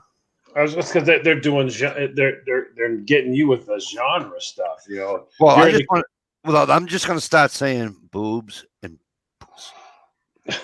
from now on. But it's funny, man. You can literally be having a conversation with someone 3-4 hours prior, get home from work, whatever, sit down and pull up YouTube, and there's something related to what you guys were talking about. Right. Yep. That's because now, if is that scary? Does anybody think that's scary other than me? I'm sorry, John. Yeah, it is terrifying. It's completely terrifying. There's stuff that's even worse than that now, though. I mean, they have some wild, crazy stuff. But if you have like email, your email goes through a provider. When you signed up with that provider, they told you that we're going to do some pretty creepy shit to you, so stand by. And maybe years went by, and then all of a sudden there was new add-ons. They started this new policy that says if you use, you approve. Right. So you can delete your email and contact everybody and tell them don't ever email me again, and then you're fine. But once you open your email up, you used it. Once you use it, you approve it now. Right. And so that's why they're playing ads in your email. In your freaking email, there's advertisements. It's I don't know. I was blown away by Yahoo. That went crazy. I miss Yahoo. You don't miss it now. Trust me. It's not Yahoo. Does not. Let me tell you something. It's owned by Verizon. Well, I'll tell you what. Here's what I miss on Yahoo. I miss those chat rooms. Well, now they have live. I miss. YouTube has commercials, and Google, Gmail has ads in your stuff. But imagine when you go to open your email, all of a sudden a commercial starts playing a video of a commercial. That's what they're doing on Yahoo now. Oh, really? Oh, you got to click on your email, and all of a sudden, bam! There's like a Geico commercial. Yeah, my wife has a Yahoo email. I haven't used my Yahoo email in forever. What, Shalisa? I remember I just started getting that a week or two ago. Suddenly getting ads on my email on my Yahoo. Yeah, that's because Verizon owns them now, and Verizon's doing all the creepy Verizon stuff that they do on the phones. They're doing there. So now Verizon is your Yahoo. Yeah, I still have my old SBCglobal.net. I used to play cribbage on there. Oh my god, I had so much fun on Yahoo. Yeah, but you can't do any of that. Now it's just advertisements and email. So, but they've taken advertisements to like So terrible lengths. By means no says when you're Mikey's age, you'll be happy for those algorithms because it'll help you remember what you were shopping for online 20 minutes before that. Asshole. Well, like the algorithms they're doing, like right now, there's some. If you learn how to use them, this is the part that people have such a hard time with: is you're not going to win you're not winning the fight. So everyone who whines and bitches about YouTube just has to get the fuck over it because you're not going to win that fight. You've lost that fight. So what you want to do is figure out how to use it in your favor. And the algorithm that helps you the most is most people, I'd say 98% of people try to cheat. They still try to cheat, thinking they're going to win. They'll put all this bullshit in their key tags. It's all bullshit. Because if you've heard of Dragon systems where you talk and it types Right. your email. Okay. That system in reverse is what they're using. That's exactly what they're doing. You ever notice how all of a sudden you don't have to pay to have your subtitles done for your video? You can actually click closed captioning and it's all perfect now. There's no screw ups. That's because that right there, what you're saying in the video needs to match the description, which needs to match the keywords, your key tags. If all three do not match, they don't do anything wrong to you. You're just back of the bus. You're page 856. Get back there. No one goes to 856. That's right. That's why no one's going to see your video. If your stuff don't match, you're breaking the rules. They throw you to the back of the bus now. That's all they do. And then when they want social interaction, they're giving you social interaction on two platforms that they want you to do. They want you to heart the videos and they want you to pin one. They want you to do pinning of videos and the hearting of the videos. That way they don't have to have all that space for comments. I don't think it'll be too long until they'll do away with comments. Gig riding right on. Gear's saying if for those who've never been on the Yahoo chat before, back in the day, Gear just wrote anyone from Missouri in the house because that's how they all did it. You know, they just hey anybody from Mass, anybody from fucking wherever you were from. That's how they did it. But I'll tell you what, there was it's like walking. It's like being a guy and walking in a whorehouse with a fist full of hundreds. If you couldn't get laid off of Yahoo, well, let me tell you. What in the world were you doing with the email back? You weren't trying back. You weren't trying hard enough.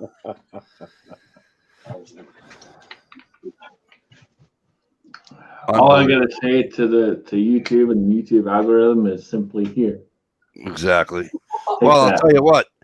I don't know if Shalisha was there or not. I know Stevie was. I know Dish was. I don't play their game. They can stick their game up the rear end. That's all I gotta say. So 1 week, I went off on YouTube and Google, and so then the following week I go do my chat. I'm like, what the hell? I'm having an issue. I was what are you guys all pissed at me? Because I'm talking to Google and YouTube, right? And I'm like, what are you just pissed at me? Blah, blah, blah, blah, blah. On my kid's fucking grave. Poof, there goes the chat. Gig Ride, I'll tell you. He was there. I know he was. Poof, there goes the chat. Gone. I'm looking at a blank screen. Everybody's texting me, Mikey, what the fuck just happened? I'm like, I don't know. So I start up another one. We get in it. Poof, gone.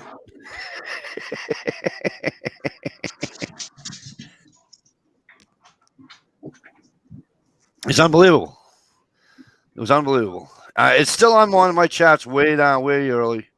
I think it's like something about, hey, Google, fuck you. This is number 2 or something. This is number 3. Oh, yeah. I think that's what I think that's what I even labeled the fucking video. I mean, the fucking chat. But yeah, we had you pissed the wrong people off during an say the wrong thing. They got algorithms running on everything now. I mean, they can. Your chat can be on. They can be on here like right now, and everything we're saying is being done, and it's just going through the algorithm, and if the algorithm picks up something, then it alerts them. This is one you want to get a moderator. If you just started like going crazy on Obama this or that or whatever it is they're looking for, I don't know what they're looking for, but whatever it is they're looking for, right? Though, as that system, it's like closed captioning. As that system is going, it's recognizing all the words and it's looking for specific ones. When it finds one, that's when it'll alert. This is one you need a moderator for. I would say this: if you're a firearms channel, say firearm versus gun. Go to Bishop. Well, no, they've mellowed that out now. They've totally mellowed that out. You can make money on your firearms. I have firearms videos you can make money on. You're only allowed to make it on YouTube Red, though, which is like 1/10 of 1%. You still gotta be careful, and I make this statement for a reason. It's like if a cop pulls you over, don't say the word "I have a gun." No, I have a firearm. Don't say gun. Gun is a trigger word for a lot of people, including threat. cops. It's a threat. So just be aware of what you say. I wouldn't even say that. I just get in my fucking CCW and say, "Here you go." Well, but like here in Ohio, it's attached to my tags. They already know. Oh, really? Yeah, it's attached to my tag. They already know. So, but See, I was always taught lace my fingers and say, "I am armed." It's how you present yourself, and when you say automatically, for whatever reason, it is a proven fact, a trigger word for anyone, including cops. If you say gun, they freak the fuck out. That's because that's the cry they use when they find one. Gun, and then plus people when they make a threat go, "I have a gun." But you say, "Hey, officer, I got a firearm. It's here. My license is here. My wallet's here. This is there. Blah blah blah." Keep yourself in good, Oh yeah, when you're good pulled, to go. That's how you do it. When you're pulled over and you're carrying, you definitely want to stay mellow and calm. Oh yeah. Now, do you have to identify in Ohio? Yeah. You have to. You should identify everywhere. Here's the thing. I didn't say have to. I said in the communist, you should identify. Well, I'm just telling you, in the communist state of Massachusetts, okay, everybody knows how bad how much the gun laws suck in the state of Massachusetts, okay. You get pulled over in the state of Massachusetts and you're carrying a gun, you do not have to identify. You do not have to. You do not have to let him. Let me say it the right way. It's not a show me state. No, and I wasn't saying it was. What I was saying is It's my belief that things go wrong, and if something has a possibility of going wrong, I've been pulled over for a reason. I'm going to identify because I don't want to get pulled out of the car and all of a sudden weapon. I don't want that. I agree with John. I agree with John 100% because I've had it happen where I got pulled out the car, and when they pulled me out the car, I told them automatically, but some, rookie, or I don't know if he was a rookie or not a rookie, whatever, but he freaked the fuck out when I said, "Hey, I got a firearm, it's right here." My hands were in the fucking air. He still freaked out. Little things like that can go wrong. Here's the why I feel I would rather go. I have a firearm. It's on my side. I always, when I get stopped, my fingers always identify exactly where it's at. My fingers are laced in the steering wheel like this. I make sure I tell him I have a firearm on me. He can see both my hands. He's very comfortable. I'll go, what side? It's on my right side. It's right here. I'll say, and I've only had to exit the vehicle one time, and the cop did say to me, "I'm going to remove your firearm from your side. I'm not taking possession of your firearm. I'm just making sure I render it safe." And all he did was he literally ejected the magazine. He cocked the weapon back to make sure there was nothing in it, and put it back halfway. He didn't even put it all the way in. And then he had it sitting right here, right in his sight. When we were done, he asked me to please put it back in. I put it back in. He was mellow. He was calm about all of it. But I mean, it's a cop who's dealing with somebody who has a loaded gun. Okay, well, I can't be upset with him. I get the logistics of that. However, now tell me the logistics of this one. And I think I might have said this on my chat here before, but sorry, I'll say it again. So I'm hunting, and Mass doesn't have wardens. They have EPA police, which is even worse. Okay, and EPA guy comes in, okay, and we're shooting the shit, no problem. I'm cradling a 12-gauge shotgun, just like this. Cradling it. I am approximately 5 feet away from his fucking truck. And we're sitting there having a fucking blown on conversation, no problems whatsoever. You shouldn't have any problems. So therefore, I already have my shotgun out cradling it. Okay? If I was gonna be a douchebag or I want to be a whatever, you just go like this and he's gone. Okay? He's seeing the whole thing. Why are you guys, not just you guys, but why do people have an issue with city cops with a gun? Why do the city cops have an issue? No, and it's not even out yet. It's not even out. A pistol's different because the cops always on the alert for that. I mean, you know, Mikey, up on my street right here, the chances of seeing right now, specifically right now, the chances of seeing somebody not in your yard, but possibly crossing by your yard carrying a gun is very, very high. I mean, you can go out in the morning or right before dusk or whatever. There's people walking up and down the street. They're carrying guns. Why? They're hunters. That's what the hunter's going back to his truck or whatever. You see that all the time up here, right now specifically. Okay, so you're making my point. Then why are they? They're afraid of handguns because they're able to be. We're talking a different situation. We're talking about being pulled over. Right. You get pulled over. You're sitting in a vehicle. They can't see anything. That's right. And you were pulled over for a violation. Okay, but people get nervous when they get pulled over. But again, I'm standing there with a 12-gauge shotgun that holds fucking 6. Here's the thing. It to me, and John, I think you'll agree, and I think other people agree too. To me, it's common courtesy. Yeah, I believe it is because I also think it's common sense because I don't know if he's trigger happy. I don't know if he's paranoid, but I do know he wants to go home. And I don't need him thinking I'm the reason he might not go home. So he starts acting weird when he finds out. Why didn't you tell me you had a fucking gun on you? I've left hunting areas and gotten pulled over, and never once was I asked if I had a gun in the car. I haven't been asked either. I've had my shotgun laid across my back seat.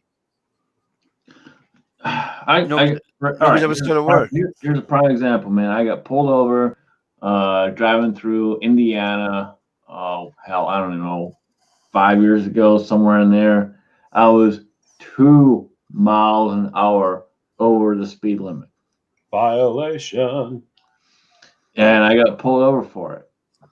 So the guy pulls me over. He kept me there for 45 fucking minutes. Wow. And kept asking me the same questions over and over and over again.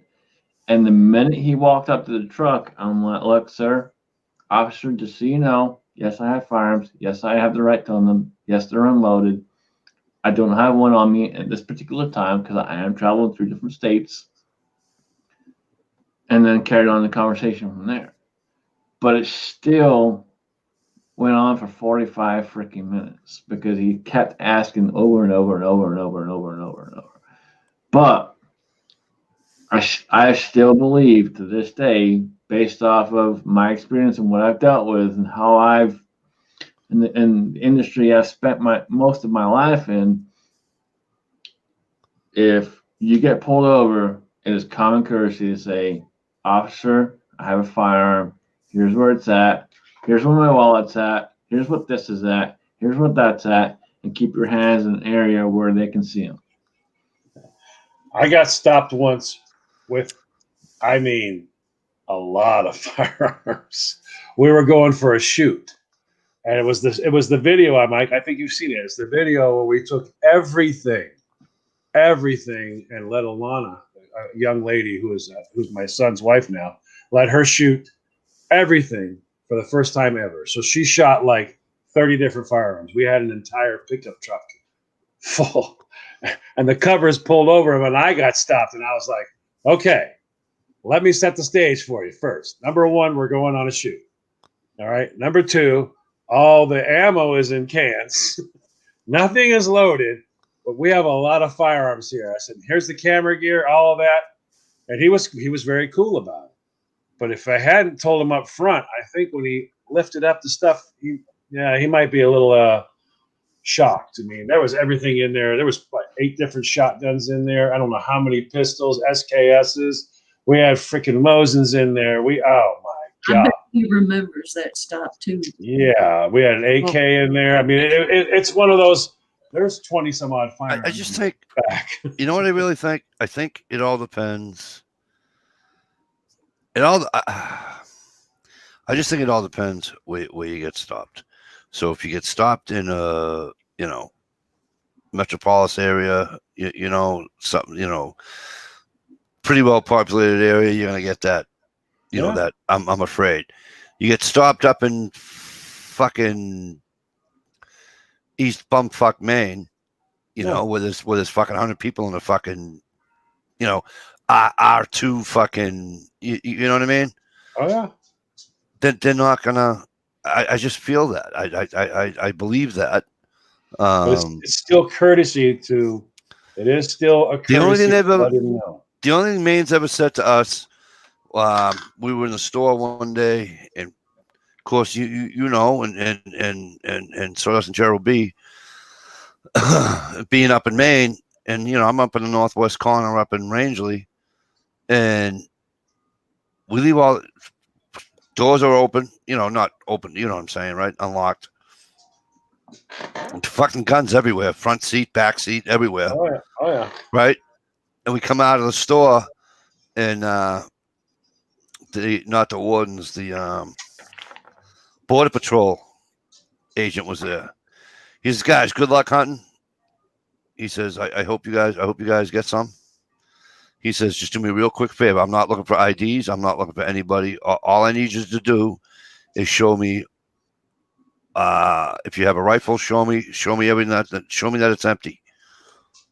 I was sitting in the front, so I had my shotgun, and I went. He's like, "Thank you." Guys in the back all like, he's like, "Thank you," and that was it. Off he went. He didn't. You know what I'm saying? Yeah, but see, now I met a cop. I think people just lenient when they're not in a. You know what I'm saying? When I was young, I met a cop who he was not happy with me. My brother and 2 of his buddies and I, we all had our shotguns and stuff. We ran inside the store, and when we came back out, we were met by him, and he was standing there, arms like this, and this is a long time ago. He was not happy with us, and he said, "All right, I want to talk to you boys for a minute. That was stupid." And we were like, "What? That was stupid. What you just did there was stupid. Do you even know what I'm talking about?" I didn't know what he was talking about. And he was like, "That makes me even more disappointed. You don't ever have that many firearms in a vehicle and just leave them there and run inside a store. Don't do that shit.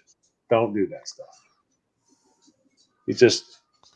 We didn't get in any trouble or nothing like that. All he just was like being a dad like attitude. You don't do dumb stuff like that. You don't have that many shotguns laying in a seat, take off, run in a store, and just leave them there. You don't do that stuff.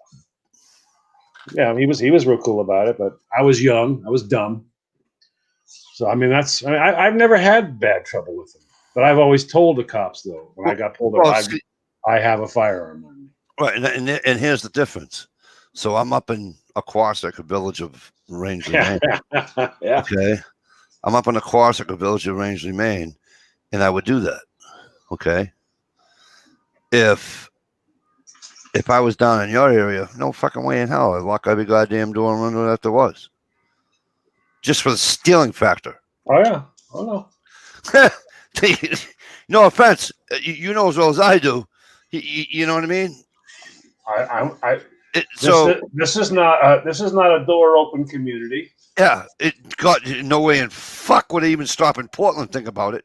No, you know what I mean. But northwest, I don't have a. I don't know. I don't know. It's kind of crazy, but. Oh, that's cool. Tell her I said hello, please, Oily. MCK, good to see you. Thanks for joining us.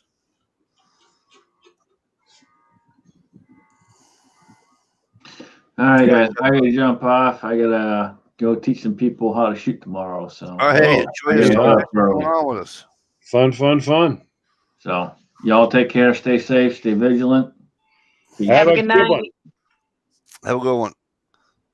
Jerry B says I got stopped by a game one time. We had about 9 guns in the cab of the pickup. Because the one was Chuck Allen. Yeah, I know. He stops us. And I told you, those guys are pretty cool. I've never had not one bad one. And with a look at that, Scotsman leaves and now you show up. Hey, Did you plan that? what's going on, man? What's up?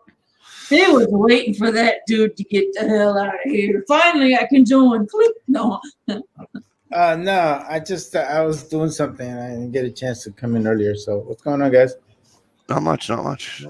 We're talking about guns in the car.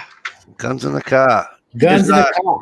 Is California a show me state when you get pulled over by the police? Bet your ass. Yeah, most of the time they encourage you to make sure that you let them know that you have a firearm or that you're a concealed carry holder. Right. So that's like what Johnny was saying. Okay. Yeah, you want to encourage them to, you let them know right away. So, because in most cases, it's on your driving record. It's on your driver's license. It's not on your driver's license per se, but what happens is that whenever that sheriff issues you that CCW, it puts a different code on your license, and that code is a concealed carry holder. So what do you do in a case like Maine and New Hampshire and all these free states that are constitutional, Vermont, that don't have licenses?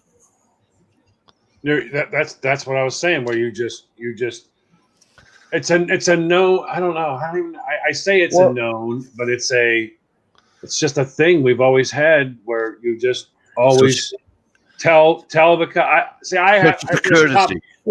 There's cops in my family, and when you're I mean, I have a lot of friends, and a lot of my soldiers are cops. So I mean, in reality, to me, it's just common courtesy. Yeah. You just let them know that you're not a threat to them, and that you're willing to comply. That's the part where I said before, you got to always remember, the cop's trying to go home. Yeah, he's trying to go home, and so for the cop, what stops a cop from going home is that threat. That threat is what that threat is what stops him from going home. So that's always what's on their mind. But when you put him at ease by going, hey, my fingers are laced and I have a firearm. Where's it at? It's on that side right there. Okay. Now we're all calm. We're all, that threat. It's all feng shui and wusa. Yeah. Yes. But when he turns around and goes, do me a favor, step out. You step out and then someone hollers out, weapon. Now everybody's tense. Now everybody's freaking out. And I think too that But we also need to understand the cops. Yes, cops are human, and cops have families and all this other stuff. But I think most, especially young kids, they have no respect for police officers. Like I've seen so many police officers just get disrespected. Like seriously, man. Like they'll come up to you and just like give them the finger, and I'm like, what the hell? Like, what is Yeah. going on with these kids? Like, they have no manners. They don't give a damn. They feel that they're entitled and that guy works for them. Technically, yes, but technically, there still needs to be some sort of respect for the law. That's the whole point of these guys doing what they do. so I give let me go ahead. and, and appreciation, respect and appreciation. Well, yeah, I I'm think a little different. It's not that I don't like cops. I do this with everybody. Okay, so hear me out for a half a second. Especially the Southerners. I respect people until you give me a reason not to. Okay, Yeah. so in other words, you earn it, and once you've earned it, now it's yours now it's your job to keep it.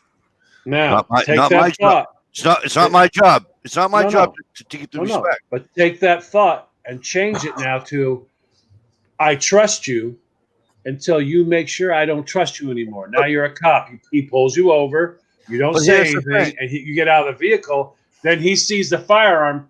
I don't Okay, trust hang you no on. more. But I hang don't on a trust second. you anymore. But hang on. And I get that if he's getting out and his hands anywhere near his waistband, okay, and I totally will get that. If a person is getting out of a vehicle for an officer or officers, okay, and he has his hands anywhere higher than as high as this, and he says, "I have a weapon on me, blah blah blah. I have a license to carry, blah blah blah blah blah. I'm lawful, blah blah blah blah blah." And then his hands are right here. There's no reason for them to freak. There isn't. You know what? No, there's No, not. no. Hang on. There- There's no reason for anybody to freak out because his hands are up here. That's not what we're talking about. What I'm No. talking about, and I've seen it happen 100 times, Mike. I really have. I got cops in the family. They come out, you exit the vehicle. The cop says, "Do me a favor, come on out of here, step around to the back of the vehicle." The guy gets out. He steps around to the back of the vehicle. If the cop finds out right there you have a weapon, that was bullshit. That now you got a cop who's antsy now because you got out of a vehicle, walked around to the back, and then when you go to the stand in the back, he's like, "What's that?" "It's a weapon." "I got a weapon." Now everyone's tense. Now everyone's tense because this whole period of time has just happened where you could have identified it, you didn't, and now you got a cop who's asked you to exit a Yeah, but vehicle. Not only that, but then that cop is going to be pissed, and he's Right. not going to be so nice to you anymore. That's right. But he's also antsy because why the hell would you get out of a vehicle and not tell me when I just asked you from the stop till now? You didn't say one word. So now that you're out of the vehicle, you have a better shot at shooting me. You have a better shot at killing me now that you're out of the vehicle and your weapon's right at your side. That was not cool. That was not kosher. But The cop's going to be very pissed Right. off. And I'm gonna play devil's advocate and play dickhead for a half a second. Okay. He's no closer to his gun than the cop is from his. I understand that, but you were just stopped for now. When I say this, you got to understand what it is. Okay, if this is the way it was taught to me, was I stopped you for the commission of a crime. It may be a minor thing like speeding or whatever, but you were still stopped for a crime. Now you'll decide whether you're guilty or not with a judge and all that. That's not what I'm here to do. I'm here to give you this. But the cop's also here to go home. And if someone gets out of a vehicle with a loaded firearm or a firearm, and they go around, they don't say a word to the cop. Now the cop doesn't trust you. I just think that if you don't, especially if you don't have to get out of the vehicle, if you don't have to get out of the vehicle and you're not in a show me state, I'm not going to say a word. Yeah. I don't think I would. Well, I mean, to be honest with you, it makes it a lot worse when they find out otherwise. I mean, Because remember, Oily just said it perfect. Oily just said it perfect. a stop is a probable cause. That's right. So that you have provided enough probable cause for a police officer to stop you. right. Now, mind you, there's a lot of cops that do a lot of stupid ass shit too, where they do unlawful searches, but that's a whole different story. Right. Yep. And the biggest problem that I have with what's going on lately is that people assume right away that a police officer is going to fucking frame your ass. And that's not the case. Like John is saying, the cop wants to go home. Mhm. We all want to go home, right? But I think sometimes people get defensive, they get a fucking attitude, and they feel like they're entitled to something. When in reality, the guy with the badge is in charge, whether you fucking like it or not. He is the one that holds the cards. So it's either you know how to fucking play the game, or you're gonna fucking get dealt with. And that's Oily made a perfect comment. It's exactly the truth. The cop knows his own motivation. He doesn't know yours. He doesn't know. He doesn't know. Now remember now, Mikey, you're not looking at some of the situations that not only happen rarely. No. They happen all the time, which is where the cop pulls somebody over. Now, once the cop pulls somebody over, he stopped you because you got a broken taillight. You need to have your taillight fixed. That's all he wants to do. But remember, your life now has become the cop's problem. Do you have a warrant out for your arrest? Did you not do this? Do you have you know how many times that they pull somebody over for something simple and it's a big deal? Well, let me tell you something. I shouldn't say every time. In the last, since like 2008-ish, 9-ish, somewhere in that vicinity, anytime I was ever pulled over by a police officer in the state of Massachusetts, okay, after they ask for license and registration, here's what they ask. Do you have any warrants out? Nope. And you carry any weapons today? Now, again, Massachusetts isn't a show me state, but if I'm asking them carrying a weapon, you damn skippy straight, I'm going to tell them yes. You know what I'm saying? Even if I'm hunting or if I'm not hunting. Because there's days I'll be going wherever and I got my shotgun, my muzzleloader in my trunk. It's in a locked trunk. I can't get to it. Yeah. But I still answer the question yes. And I've done it. You know? But why do you think he's asking you the question? Why do you think he's asking the question? I got a shotgun in the trunk. Of course, it's unloaded. I says the ammo's in the glove box.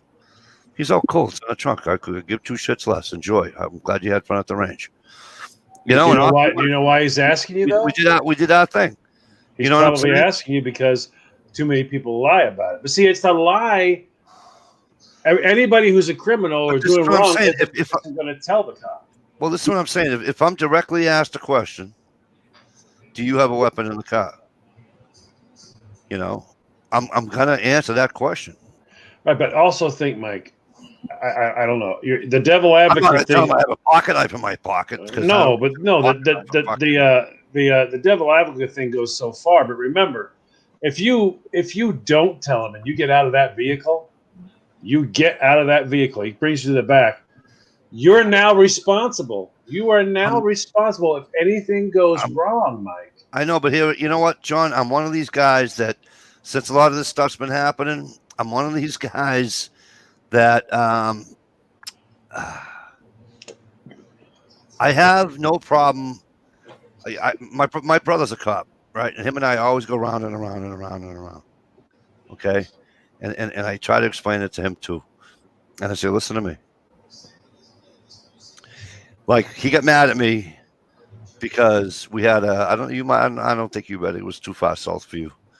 But there was a Mass State Trooper, a Hudson, New Hampshire cruiser, a New Hampshire State Trooper, and then the other town. They chased this kid. He was bouncing off vehicles, doing this and that, right? Well, they get the kid out of the car, and then this cop is putting. Now, he got out of the car on his own, right? They didn't yank him out, any of that bullshit.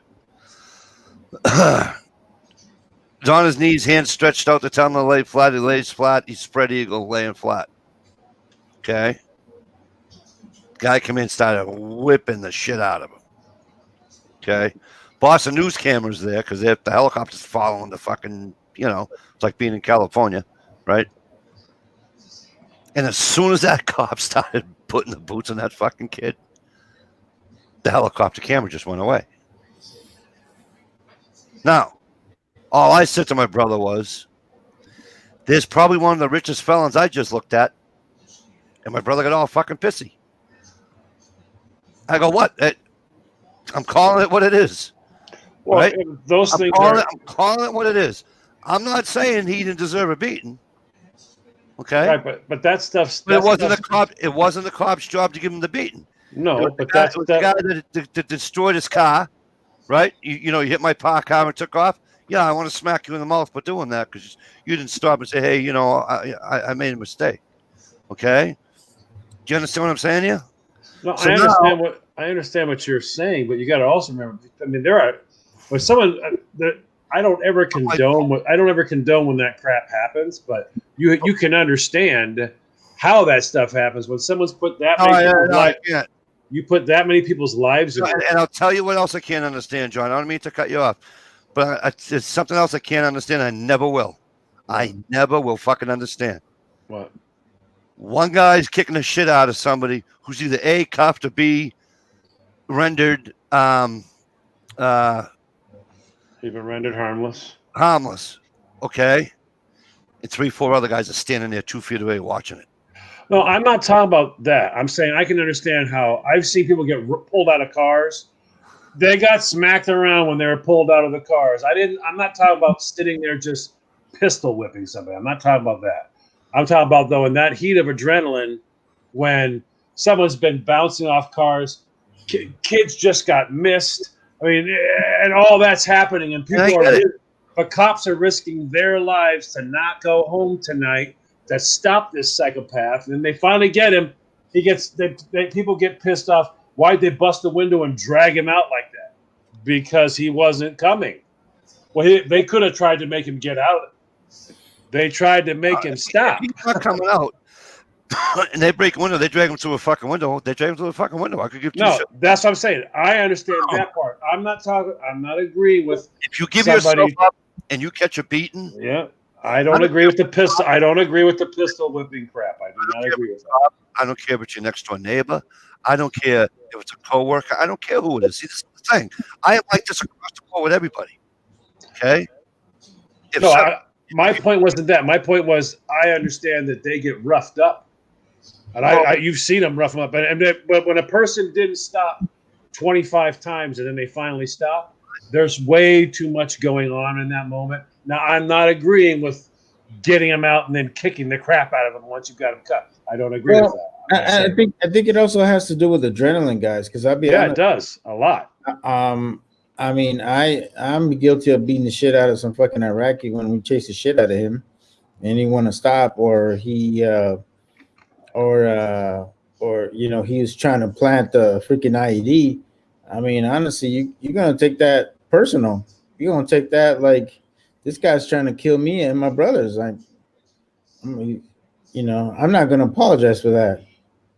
When you got a guy who's driving the streets at 110 miles an hour, he tried to kill that person and that person and that person and that person. The cops that are chasing him, and then all this comes to an end in one moment.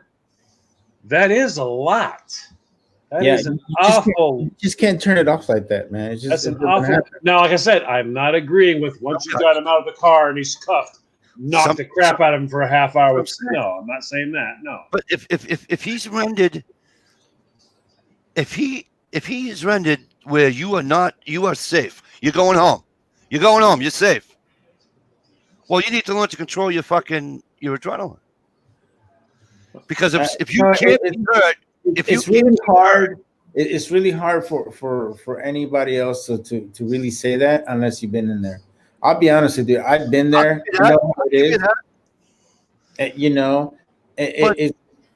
I mean, I've seen a lot of guys that don't though. So not everybody's built. Everybody's built different, bud. I know, and everybody's built in different ways, and everybody looks at it differently on the aspects of.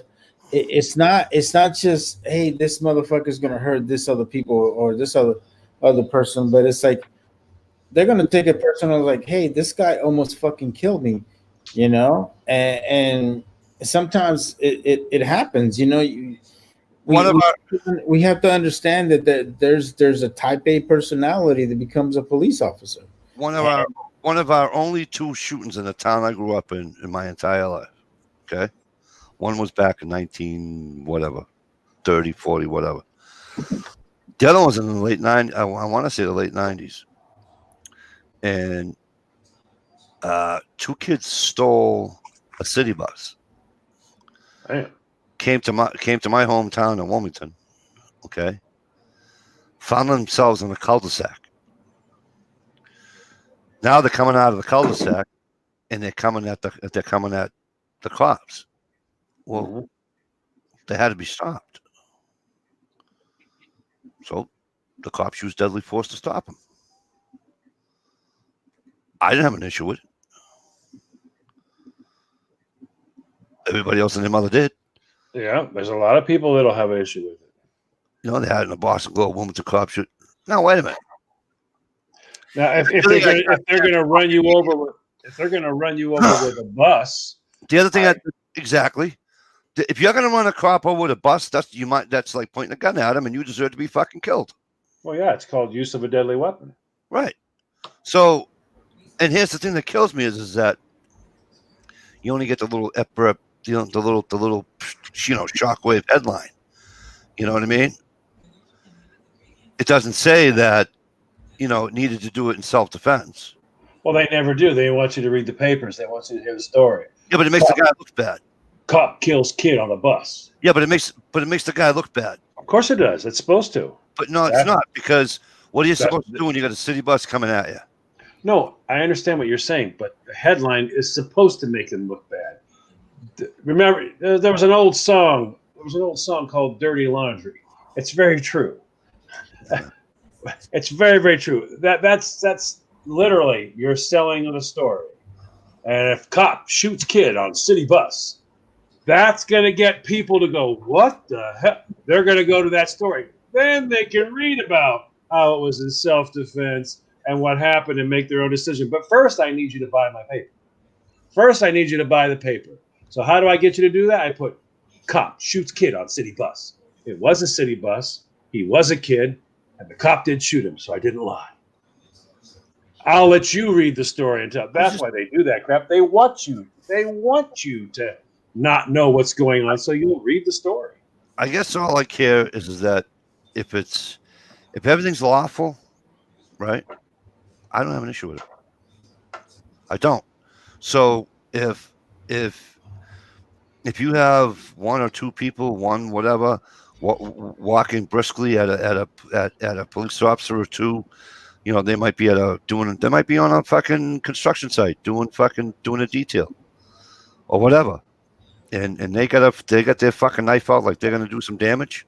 Yeah, if you leave that officer know, not that the officer's gonna get any joy out of it. I mean, let's be realistic here, okay? But he has to protect himself, and like you said, he has to go home at night, or she. All right. I don't have an issue with that. But those things are also those moments. That's lawful. Those moments. I have a huge problem with a person that's doing something unlawful, and then the law, who has the right to either arrest or cite. If you're going to get a citation for speed or whatever, red light or whatever. And then they're going to do something unlawful, like Mario stated earlier. You might catch. And by the way, when I say this, they're all far and few between. So I don't want you to think that I'm thinking that it's and anywhere close to majority. It's the vast, vast, vast minority of guys that do that. But if you're doing something unlawful, do you have no? It's just, you know what I mean. It makes you a hypocrite. I'm pulling you over for speeding because you were wrong. Fine, you've got the right to do that. Okay, Now I'm going to search your vehicle for no intent, no whatever. No, don't do that. You know what I mean? Don't do that. Well, they usually ask. Right. I always find that. But then when you say no, they're like, well, we're going to tow it and we're going to do it anyway. Well, go ahead. I always do find that sometimes silly when they go, okay, make sure you get that light fixed. Yep. Now, what's in the trunk? I have actually had that happen before. But that's all I'm saying. When it's a lawful thing, I don't have a problem with it. If it's unlawful, look out. That there's also, it's hard to explain. I remember learning from my father-in-law when he was like, well, he's like, okay, you know what 95 is, right? I said, yeah, I know what 95 is. So I'm gonna explain to you what happens from a certain point on 95 to another point on 95. I'm like, what do you mean? Why is that special? It's a run line. I'm like, a run line? Yeah, it's a run line.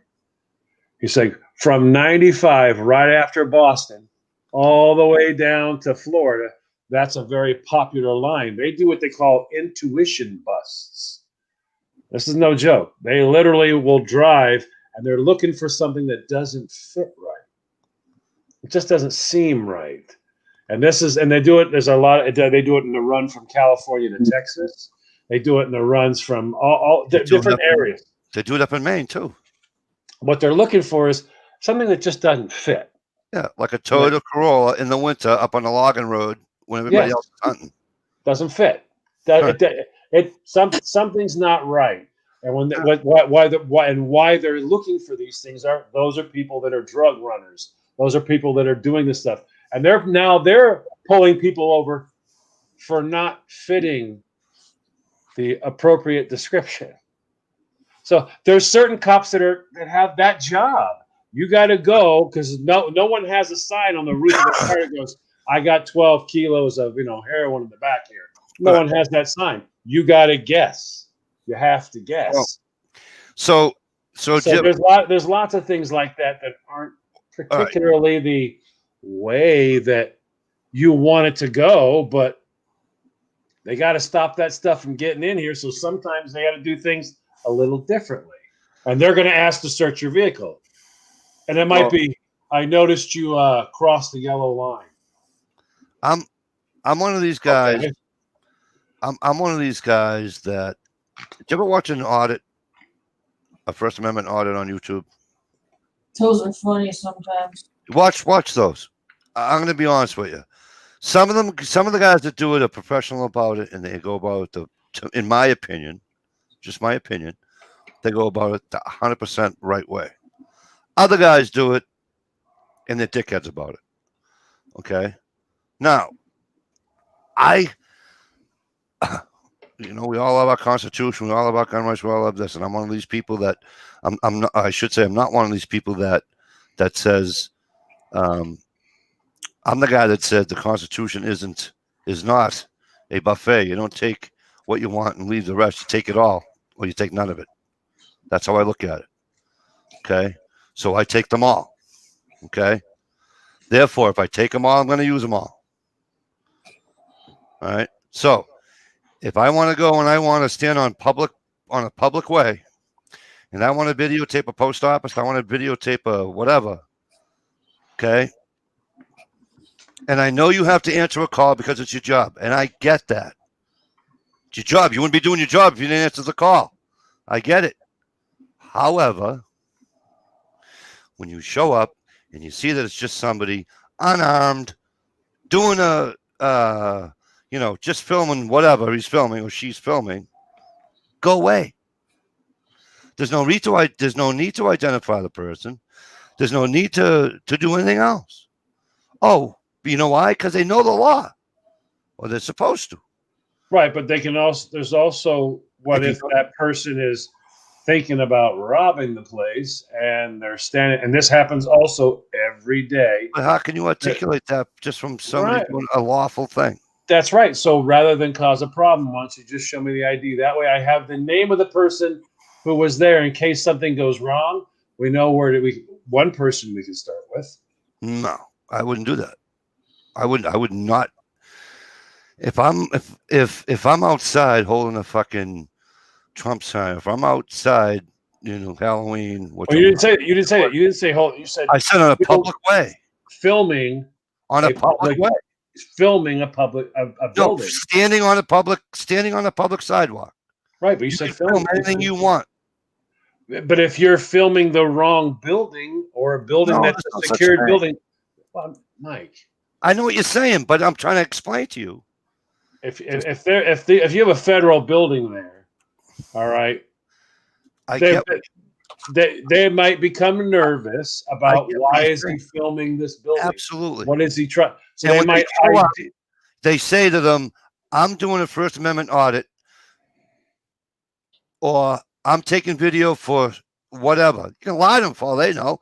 You can just say, I'm just taking video of this building because I like the architectural design of it. That's fine. And you're welcome to. And from that point on, I just would like to see an ID. hang on. From that point on, now the cop asked this question. The cop got the answer. Okay. Goodbye. Have a great day. And go away. But it's within the There's law. no need to ID. But it's within the law. You got to watch. No, listen to me. You have to watch these fucking audits, Johnny. Because guess what? The patrolman usually shows up and says what he says. And then you know what the auditor does? The auditor says, excuse me, sir. May I please speak to your supervisor? Supervisor comes down, talks to the patrolman for maybe 30 seconds. Walks over, identifies himself, and says, thank you, sir. You be on your way. Have a great day. Goodbye. And off he goes. Everybody's fine. Not one ID. Well, you can understand. Well, I understand why they're IDing. They can ask. Yes, of course they can ask. They're not doing it. But that's what I just said was. No, you can ask. But I don't them have asking. I didn't say that though. I said them asking is what. Why do I feel like I'm part of fucking grumpy old man movie? What the fuck? Man? But them asking is within the law, is what I said. Yes, they can ask. Doesn't not- mean they're gonna get it. No, but there's all kinds of weird stuff. I just saw who know? video did I see? Who the hell did I saw? Someone we know did a video of them. I think it might have been Pop's Quest. They were on their way to Florida, and they were actually stopping cars for COVID. And what was so hilarious was, it was so stupid was they had a thing set up. They're stopping vehicles that are coming across the border. And the hilarious part was, as you're watching the semis drive by, they didn't stop one semi. Right. Wait a minute. Now that's just stupid. There's a lot of dumb stuff going on right now. I mean, there's a lot. I mean, you're going to see even more dumb shit that's going to make you crazy. Because I mean, look up here right now. You've heard, right, that the governor of Maine. Did you even hear? Wow. I don't know if you know that. She closed down. We don't have any legislation whatsoever at all. Zero. Oh, she did that when COVID hit. Right, but she's not permitting them to come. No, they're not allowed to come back at all. You're not coming back. She has complete control. She gave herself complete control of the state. We have no protection under legislation whatsoever at all. There's been nobody there since March. None. And she's not opening it. But she did. But get this. You got all the other state agencies, courthouse all open. She says this. No. No representatives, nothing. Don't come back. I'm gonna guess every other week. I think it's funny. The place is like a ghost town. But how can a governor literally go, I hereby declare I'm in charge. There are no senators. There are no representatives. You can all go to hell. Go home. I'm queen. That's it. We're done. And she's been there since March and has refused. So there's a lot of weird shit going on right now. Oh, I know, but it shouldn't though. I mean, she's being a jerk. But they're using executive power to do it. There's just a lot of crazy shit going on right now. This has caused a lot of people to think about it. I mean, wackadoo. we have the same thing going on here in California. We got freaking Gavin Newsom. He's the one that started this whole mandatory mask crap, and then every other state decided, you know what, that's a great idea. We need to do that. and now it seems to me like if you don't go into a public place without a mask, people are just chastising the shit out of you, and they don't even know whether you have a medical condition, whether you got anything else going on that prevents you from having a mask. You know what I'm saying? It's just stupid. Well, Right. now, and they're And also that's- they're attacking children now. They're literally I mean, and they're that's going the after thing. kids. They're going. I mean, If you're medically, you can't medically wear a mask, right? And you know how Massachusetts is. Massachusetts, they'll split a hair is and divide as many times as they can, right? Like we were talking about, what was it 2 weeks ago, you and I, about how it's not our store, blah blah blah blah blah. We're not right? the owners. Yeah, right. So good. You send your buddy in. You give him whatever you need. You send him in. If they don't let you in for a medical reason, which if you have a medical reason why you can't have a mask, they should allow you to be in the store. That's just my own opinion. Right, but now some of this stuff has gotten absolutely foolish. We had a guy here in Maine that was standing there, and he got in trouble for taking his mask off when he ate. Well, that's what I'm saying. Yeah, It's reached the point of absolute stupidity. It's like lunacy. right now, yeah. Now you go like for me, you know what I'm talking about. My little issue. I'm not talking about it on the air, but you have to have a handicapped bathroom, and you have to have handicapped parking. Okay, Yep. but if you go to get your vehicle registered, where they have the handicapped stalls and they have the handicapped parking, they refuse any consideration for handicapped people. You'll stand in line. Stand in line in the pouring rain. And Right. if you leave that freaking line, there are people that are there to tell you you're out. Don't come back. Yeah. Get out, you're out. You have to stand there in these lines at 6 feet apart in the pouring rain and remain there until that place closes. Get it at the registry. It is psychotic. I was in the city of Lawrence, Mass. Okay, by the way, for those who know who Lawrence, Mass, it's exactly 2x2 square. Okay. And I don't know. It's like the Monaco of freaking. Yeah. All right. So I'm at the registry. Okay. And a woman shows up, and so she's walking like towards the whole line, and she goes, Freaking Karen. and she's like, please tell me that the line's not way far back that way. I was, oh yeah, wraps around the building. I go, you gotta get a ticket from this guy over here though first. So she's like, and she's got one of those canes with the four things at the bottom of it, you know. Yeah. Standing base cane. Yes, thank you. And I said to her, I says, you know what? I said, stand right here. So I walks over to this guy holding the clipboard, I goes, hey, dude, I says, we got an older lady over here. I says, she's not going to make it all the way down the end of that parking lot. I says, can you just give me her slip and I'll give it to her? He's like, where is she? I goes, right here. So he walks over to her and gives it to her. And she's like, oh, thank you, blah, blah, blah. What can I? He says, well, you should. And I go, listen, there's nobody here going to yell at her for standing here with us. Nobody. So don't even worry about that. So he starts laughing, right? The guy. So I make this announcement. I go, hey, nobody minds that she's going to stand here with me, right? Nobody said a goddamn word. Well, that's amazing. The problem was, here's the problem. When I said to the guy, I go, hey, why can't you get up like inside a little closer to? He goes, I can't. I said, you can or you won't. There's two different things. There was zero respect, zero going out of your way to help the elderly or help somebody that's disabled around where we live anyways. And I say we, I mean, when I say we, I mean you and me, because we kind of in the same.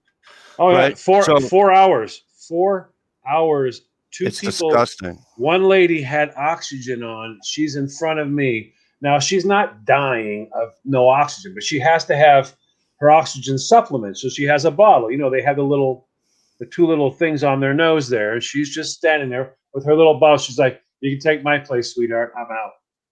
So what's the matter? She goes, I'm running out of oxygen. I got to go home. She's been there for hours. Yep. And she's gone. That's it. And when I have Rhett with me, I mean, oh my God, it's just like a nightmare. He's jumping for two and a half hours straight. And then he just goes, I got to sit in the car. Can we get in the car? And when he steps out of the line, the guy goes, that's it. You're out. You're out. You're out of line. You're out. Nope. You're out of line. And I just look at the guy. He goes, you can look at me all you want. Look at me all you want. You're out of line. You're out. It's amazing. You know, I forget who said it, and I wish I remembered it. Somebody was telling me up in Canada, they treat their elderly and they're disabled like gold. So you walk into the store, like they'll walk into the store, and they have employees that come over to the person and they'll walk them to the store, get what they need. They pay for their shit. They walk them to the car. They put the groceries in the car or whatever, and they go. Not in America anymore. Oh hell no. Now if you want to protest or something like that, I'm sure they would. No, we don't. They don't do anything like that here in this. I mean, I'm shocked right now. I can't believe that you have these old folks are not. I mean, they're not allowed to even get. They can't even get their vehicles registered. They're not at all. Nothing. They can't get anything done. Oh, you want to hear a good one about registering? You guys will love this one because I'm about as smart as a rock anyway, right? For the last 2 weeks, my wife's been like 3 weeks. She's been like, we got to register your car. We got to re-register your car. I'm like, yeah. I says, I got till Halloween. Relax. Oh, good luck. So Friday nights, every other Friday night she worked. Every other weekend she works down at the nurse place with the town we grew up in, right? And now, so tonight I call her, go, hey, where are you? And she tells me, goes, oh, you're only like a mile behind me. I says, I'll slow down. I says, I'll let you catch up. And she says, okay. So then we're chit chatting the whole way home. We get to this red light, and she goes, hey, numbnuts. I go, what? She goes, your plate didn't run out, and your plate doesn't run out in October. I said, I didn't think so. I said, I thought when I registered the car in March that it was 2020, 2021 or whatever. And she goes, yeah, no, it ran out in fucking September. Ooh. I've been driving a vehicle for 23 days, unregistered, right? Never got caught, nothing, right? So I go, now what? I says, do I got to take Monday off or what? She goes, Monday? What do you mean Monday off? So I got to get out on the registry. She goes, no, fuck no. I said, what do you mean? I get home. She says, give me your license, give me your registration, give me all that shit. I do all everything. And she prints me out a fucking letter. This is my registration right now. That's my registration until my new one comes in. So I'm a legal bagel. So that doesn't work here. $60 renewal. State of Massachusetts for your That registration. Here you got to 85 for her because she's got my Patriots plate. Now for here you'd have to stand in line for 2.5, 3 hours. When you get inside, then you got to have all your paperwork perfect because if you go back out to get your paperwork, you're out of line. You're done. You can do the whole 2.5 hours again. See, now I thought Mainers were a lot nicer people than Massachusetts people. It's her. No, I gotta go try Michigan. I hear Michigan people suck too. It's the governor. She's gone freaking insane. Shalisa, I heard a story today at the bank. This woman was telling me her daughter was out in Michigan. And so when she transferred, she wanted to go transfer her Massachusetts license to a Michigander license. And apparently you guys have some rule out there. She has to take her permit all over again and then has to take a driving test to swap because she's an out of state of going into Michigan. Yeah, I remember having to do that in Cali. And now they say no, they shut it down because of COVID. They're not doing the driving test because of COVID. Yeah. Yeah, my neighbor couldn't get into the Secretary of State or DMV to get a plate on her. She rolled her Jeep. So she's got no car to drive for the winter because she ain't driving her Mustang or convertible in the snow. So got her a new Jeep, and Secretary of State's closed, and we called, and we had to wait till January to get freaking license plate and shit. Finally, we got on the internet and we looked up every way we could. And hell, all we had to do was just go down to the next town. Got right in. I got one of those illegal alien driver's licenses because my fucking DMV's closed. So until I can get my new real ID, show all my freaking paperwork, I'm just using the one that says. Don't you still have don't military? You're active still, class, right? Yeah, but still, these numbers. I thought you didn't have to. We didn't have to when I was in. We got Well- cars everywhere with no license. I didn't think Nowadays, because the law states that you have to have a real ID, like if you travel. Right, but your driver's license. When I was in the service. Now, granted, everything, including uniforms and MOSs, have changed since I was in. But my driver's license ran out, and I did not have one for 6 years. But my old driver's license combined with my military one was considered fine. I got pulled over for it, and as long as I had my driver's license with my military one, he understood. Couldn't get back home to get one. Not anymore, bro. Oh wow, wow. Yeah, it's. Well, I don't see. I don't understand why they have to do that. I don't get why. Like, I went in to get my real ID, and the woman couldn't be more thankful. And I'm like, I don't even understand. I'm like, what did I do you- wrong? She goes, do wrong. She says, you did everything right. I don't even understand what the hell She you goes, need you that gave me a for. social security card that wasn't a Well, copy. it's because some of our great states give driver's licenses to illegal aliens. Right. But what the hell do you need this thing for? Though? It's a What is pass. it- It's a passport now.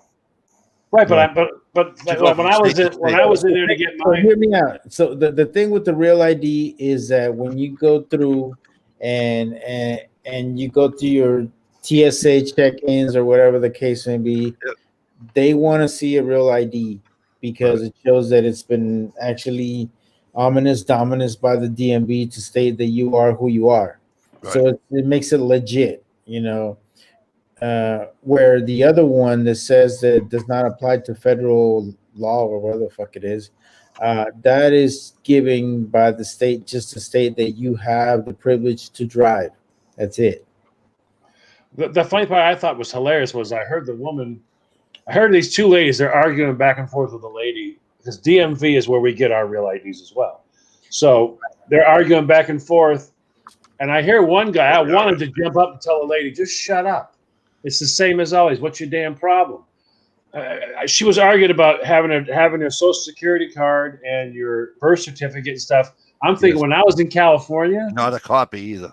no, when I was in California, that's what we had to have. You had to have that shit to get it anyways. I was like, what's the difference? What's changed in Maine? You got to have that Because gotta what changed was is that before you used to just be able to walk in with your old license and say, here you go, okay, and prove who you were. Now, But to get your old license, you I still walked had in there. to- Listen, I think I walked in there with a gas bill, my social security card that was given to me when I was 14 years old. Yeah. I still have the original. Yeah. Right. I walked in with that and my birth certificate, and I still have my old license. Yeah. And I gave it to him. The woman could have been fucking happier. when I went and got my license here from Maine, I had to have two things that serve where I lived. Yeah. That was a rule. I had to have my social security card and my Yeah. birth certificate.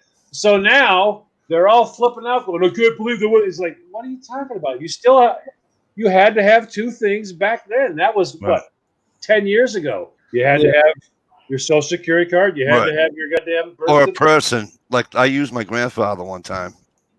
Now that part we don't do, but I mean, You know? nothing's changed to me. And they're like, well, no, this real ID is so hard. Yeah. How is it so fucking hard? I just don't. But see, the thing about it is that people are not accustomed to have to bring a passport or a birth certificate or Some people moved from cross country. right. If you right. move from Oregon to Massachusetts, okay, now you need your fucking birth certificate. If you don't have any family or whatever, you Well, now you should have all that. You should you have can't all do. Listen Well, to me. see, and then can't the do a other, copy either. part, No, I other understand. part that goes with all this, guys, is that there's so much identity fraud. Yes. And Right. I think in reality, as much of a hassle as it is, I think in the Gotta long work run, on the end. it is a good thing because they are Yep. they're protecting your identity. I agree with you, Well, Mario. I'm not disagreeing with you. I'm just saying I don't understand why everyone's having such a hard time. Yeah. I moved across country. I had my birth certificate. Because I made everybody damn wants good sure I had it. convenience, bro. Everybody wants convenience. That's all that Right. is. They feel entitled that they don't have to bring their freaking passport, driver's license. I mean, their freaking bill, where they live at, or a birth certificate, or I think naturalization certificate. You know, I don't think we care, Mario, because we've sat around and done paperwork for the military before.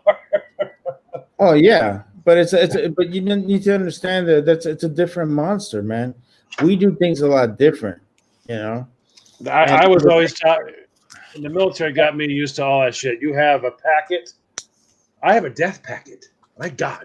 Yeah, you have a packet for taking care of all of your Right. stuff. Yeah, and you have your I love me fucking folder, Yeah. you know, and you have your folder for your fucking medical. Go back one place for me there, Mario. You have your what folder? I Love love me. me folder.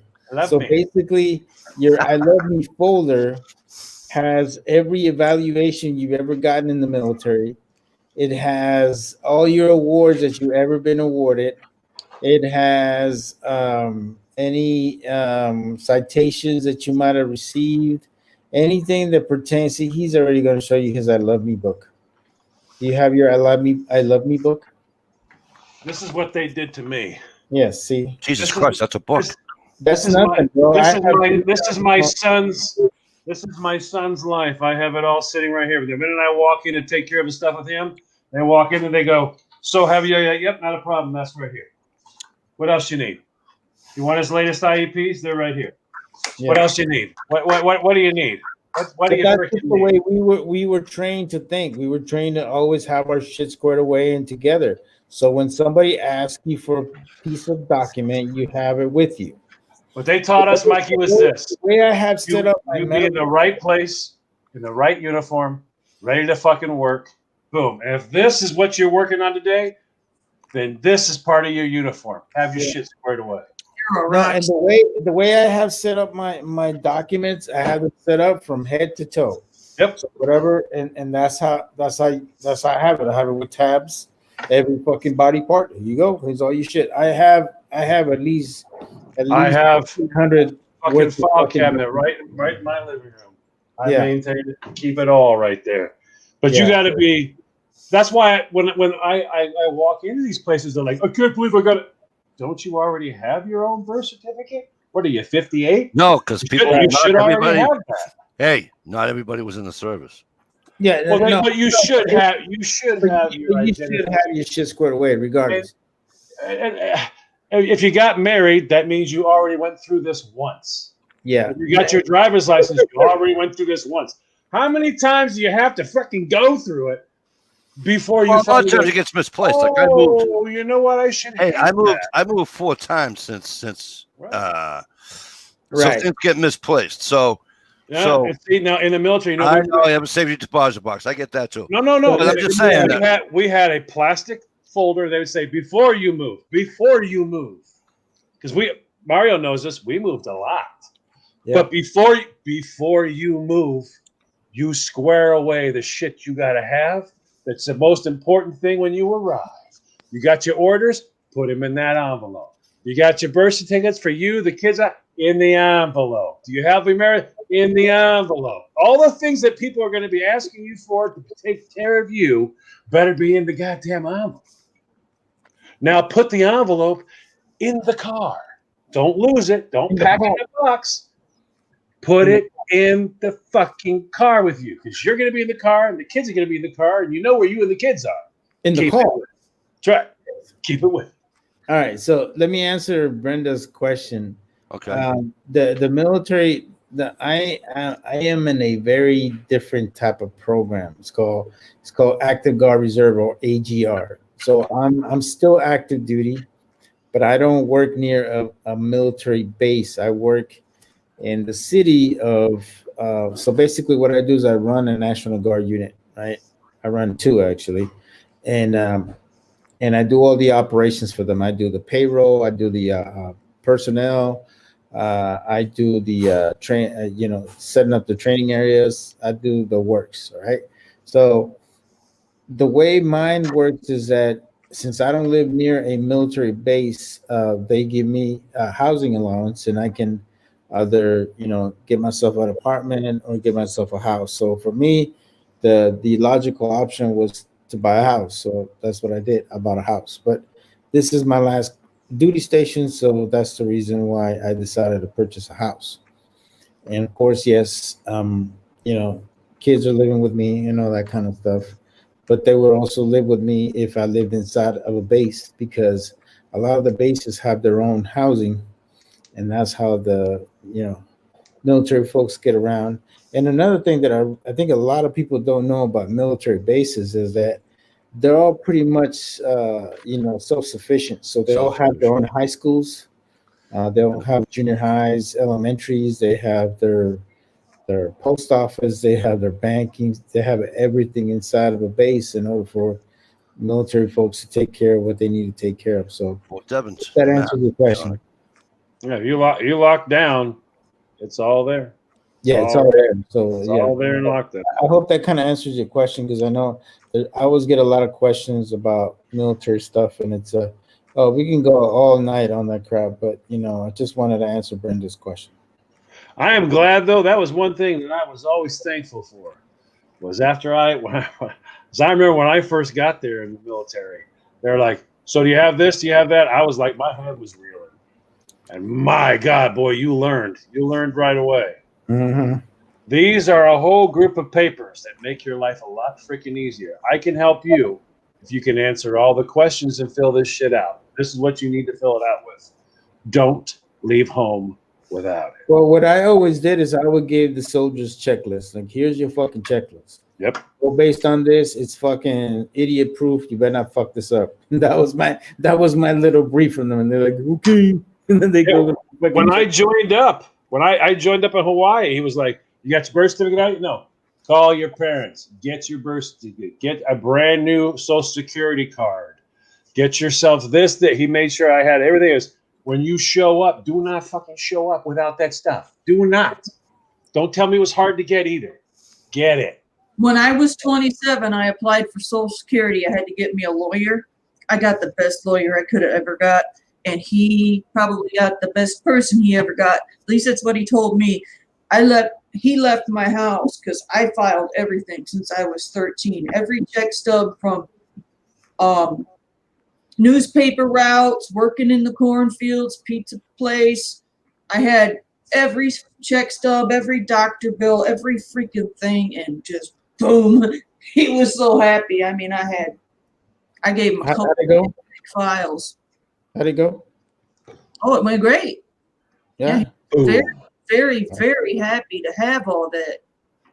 No, it does help just to be somewhat organized, because as I'm going right now, as I'm out processing and I'm getting ready to retire, now I'm in the process of putting my disability claims with the VA. And like I tell you, having all your paperwork, and I mean, you got to think about it, it's 22 years of service, man. We're talking a lot of paperwork. and it's like I have two big old binders of stuff, and If you sit down and go through it, it's like boom. And believe me, I remember I think I almost burned my freaking scanner because I scanned the crap out of everything. And then when you got to process out, that's another hole. Another hole. And another thing that people don't stop and think about is you still want to hold on to all that paperwork, because God forbid something happens to you and you still need it to reference something, or let's say you don't get 100% disability, they only give you 90, and then as you start progressing, getting older, the problems start getting worse. You need to have that supporting documentation to prove that you have those issues, because you cannot rely on the VA to keep your paperwork. You just can't. Fort Ord, California, they closed down Silas B. Hayes Army Hospital. They closed it down, all right, because they closed Fort Ord completely. I don't know if you remember this or not, Mario, but 6 years after they did it, they were getting ready to move what they call move the facility, which is everything in the hospital, records, all that. Magically, In the midst of the move, the whole place went up in flames, which has not happened once, but many times. All the records were destroyed. All of them. Every record It's within it sad. was They still destroyed. got a lot of the old barracks still are still abandoned. They haven't even touched them, dude. Right, but we lost all of our records. So guys like me who do this stuff and maintain everything, Yeah. we're okay. But there's a lot of guys that don't do that, and they're now going, no. I had that. I had that procedure done at Fort Ord. We don't have a record of it. Yep. Exactly. And now, when it comes to military, they'll tell you like if you're say like your DD form 214, if it's messed up, they're cool with it. We'll fix it. Just show me the supporting documents. Yeah. If you show them, I got this award and this award, they verify they're valid. Okay, well then, whoops, sorry about that. But you could actually have awards. You could have classes. You could have important stuff.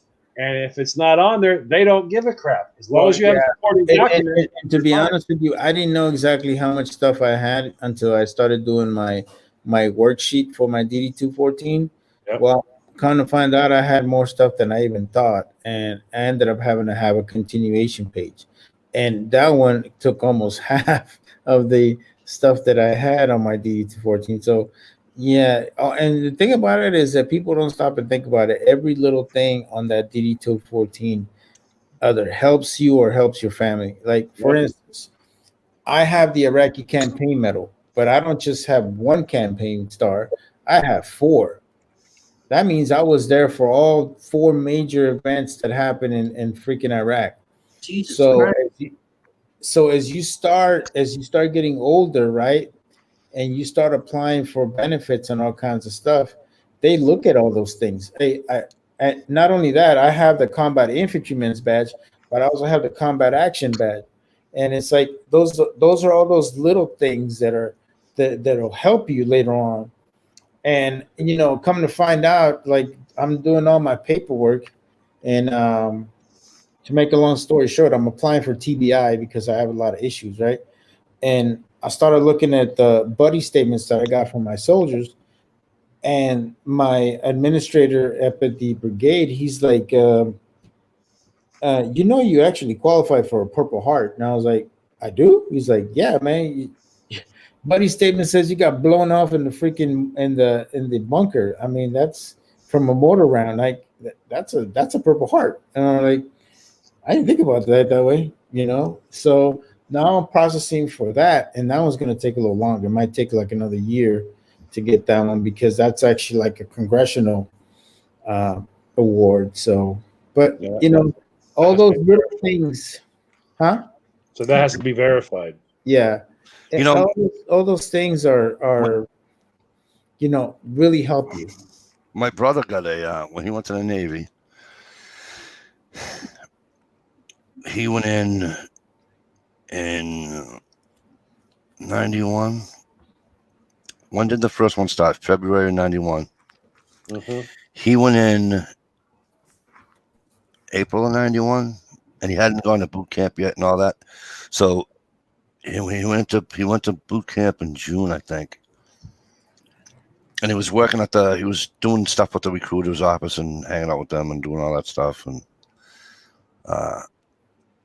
he went and did his basic. He got a basic and he got his uniform, and he came home, and I said, hey, what's the pin on your uniform there? It's an Iraqi. It's not Iraq. What was the first one? The combat infantryman's badge?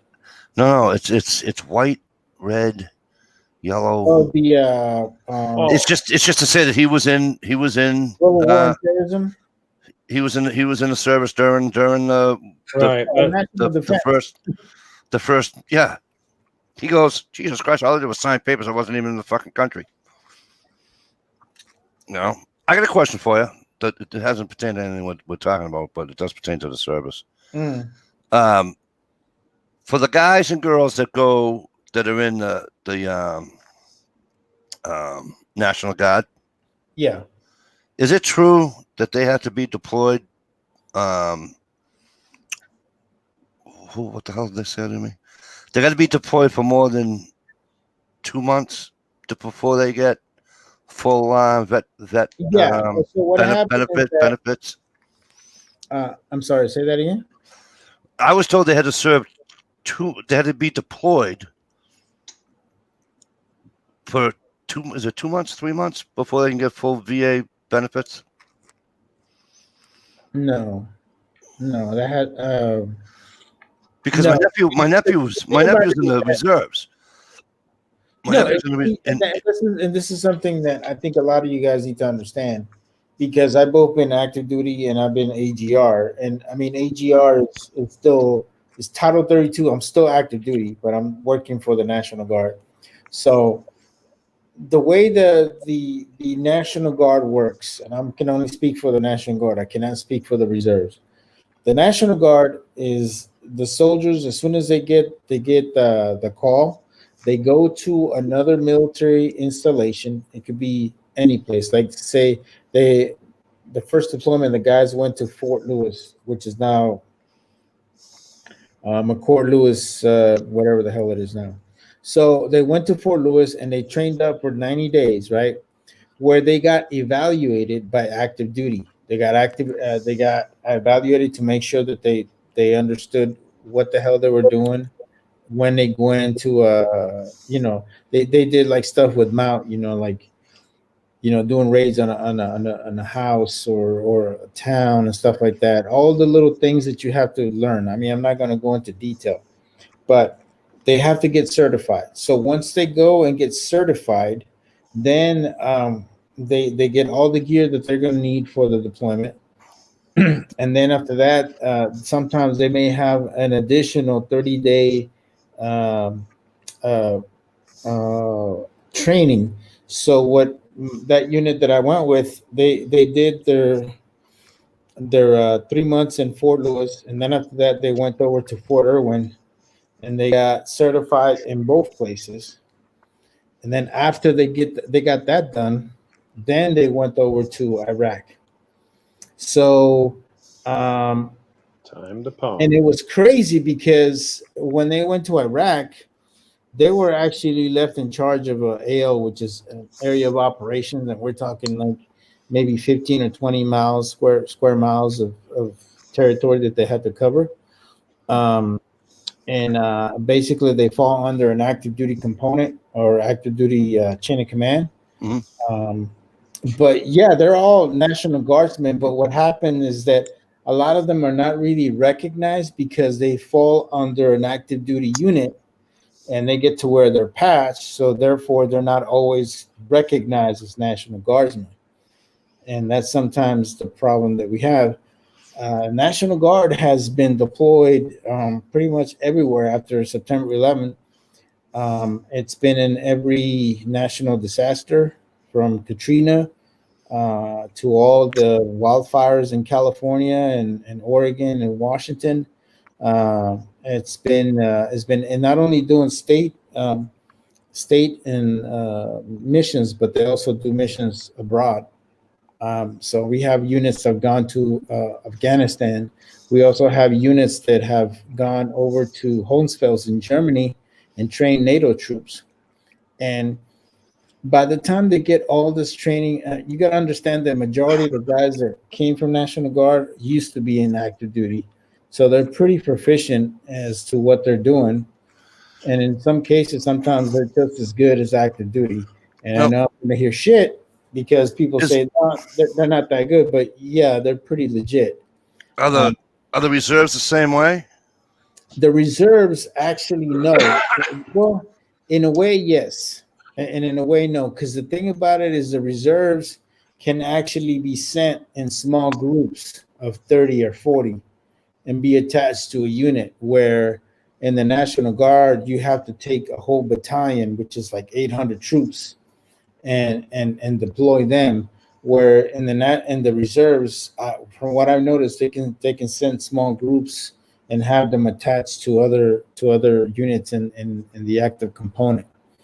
But the one other thing that really changes between the reserves and the National Guard is that the reserves are they're usually like the support personnel, like like the cooks, like the clerks, like the funeral, the guys that do the funerals, right? Prepare the bodies and stuff like that.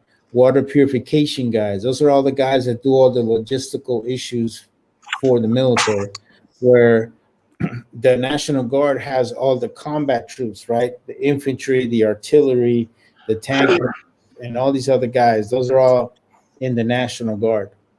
So they're both very very interesting, branches of service.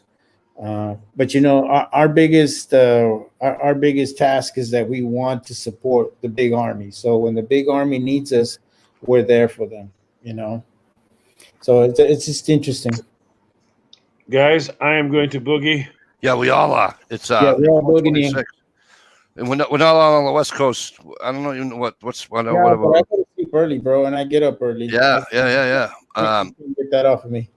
So listen, we're gonna get out of here, and thank you guys for coming in. Ohio was here earlier. You guys missed him, but he was here earlier.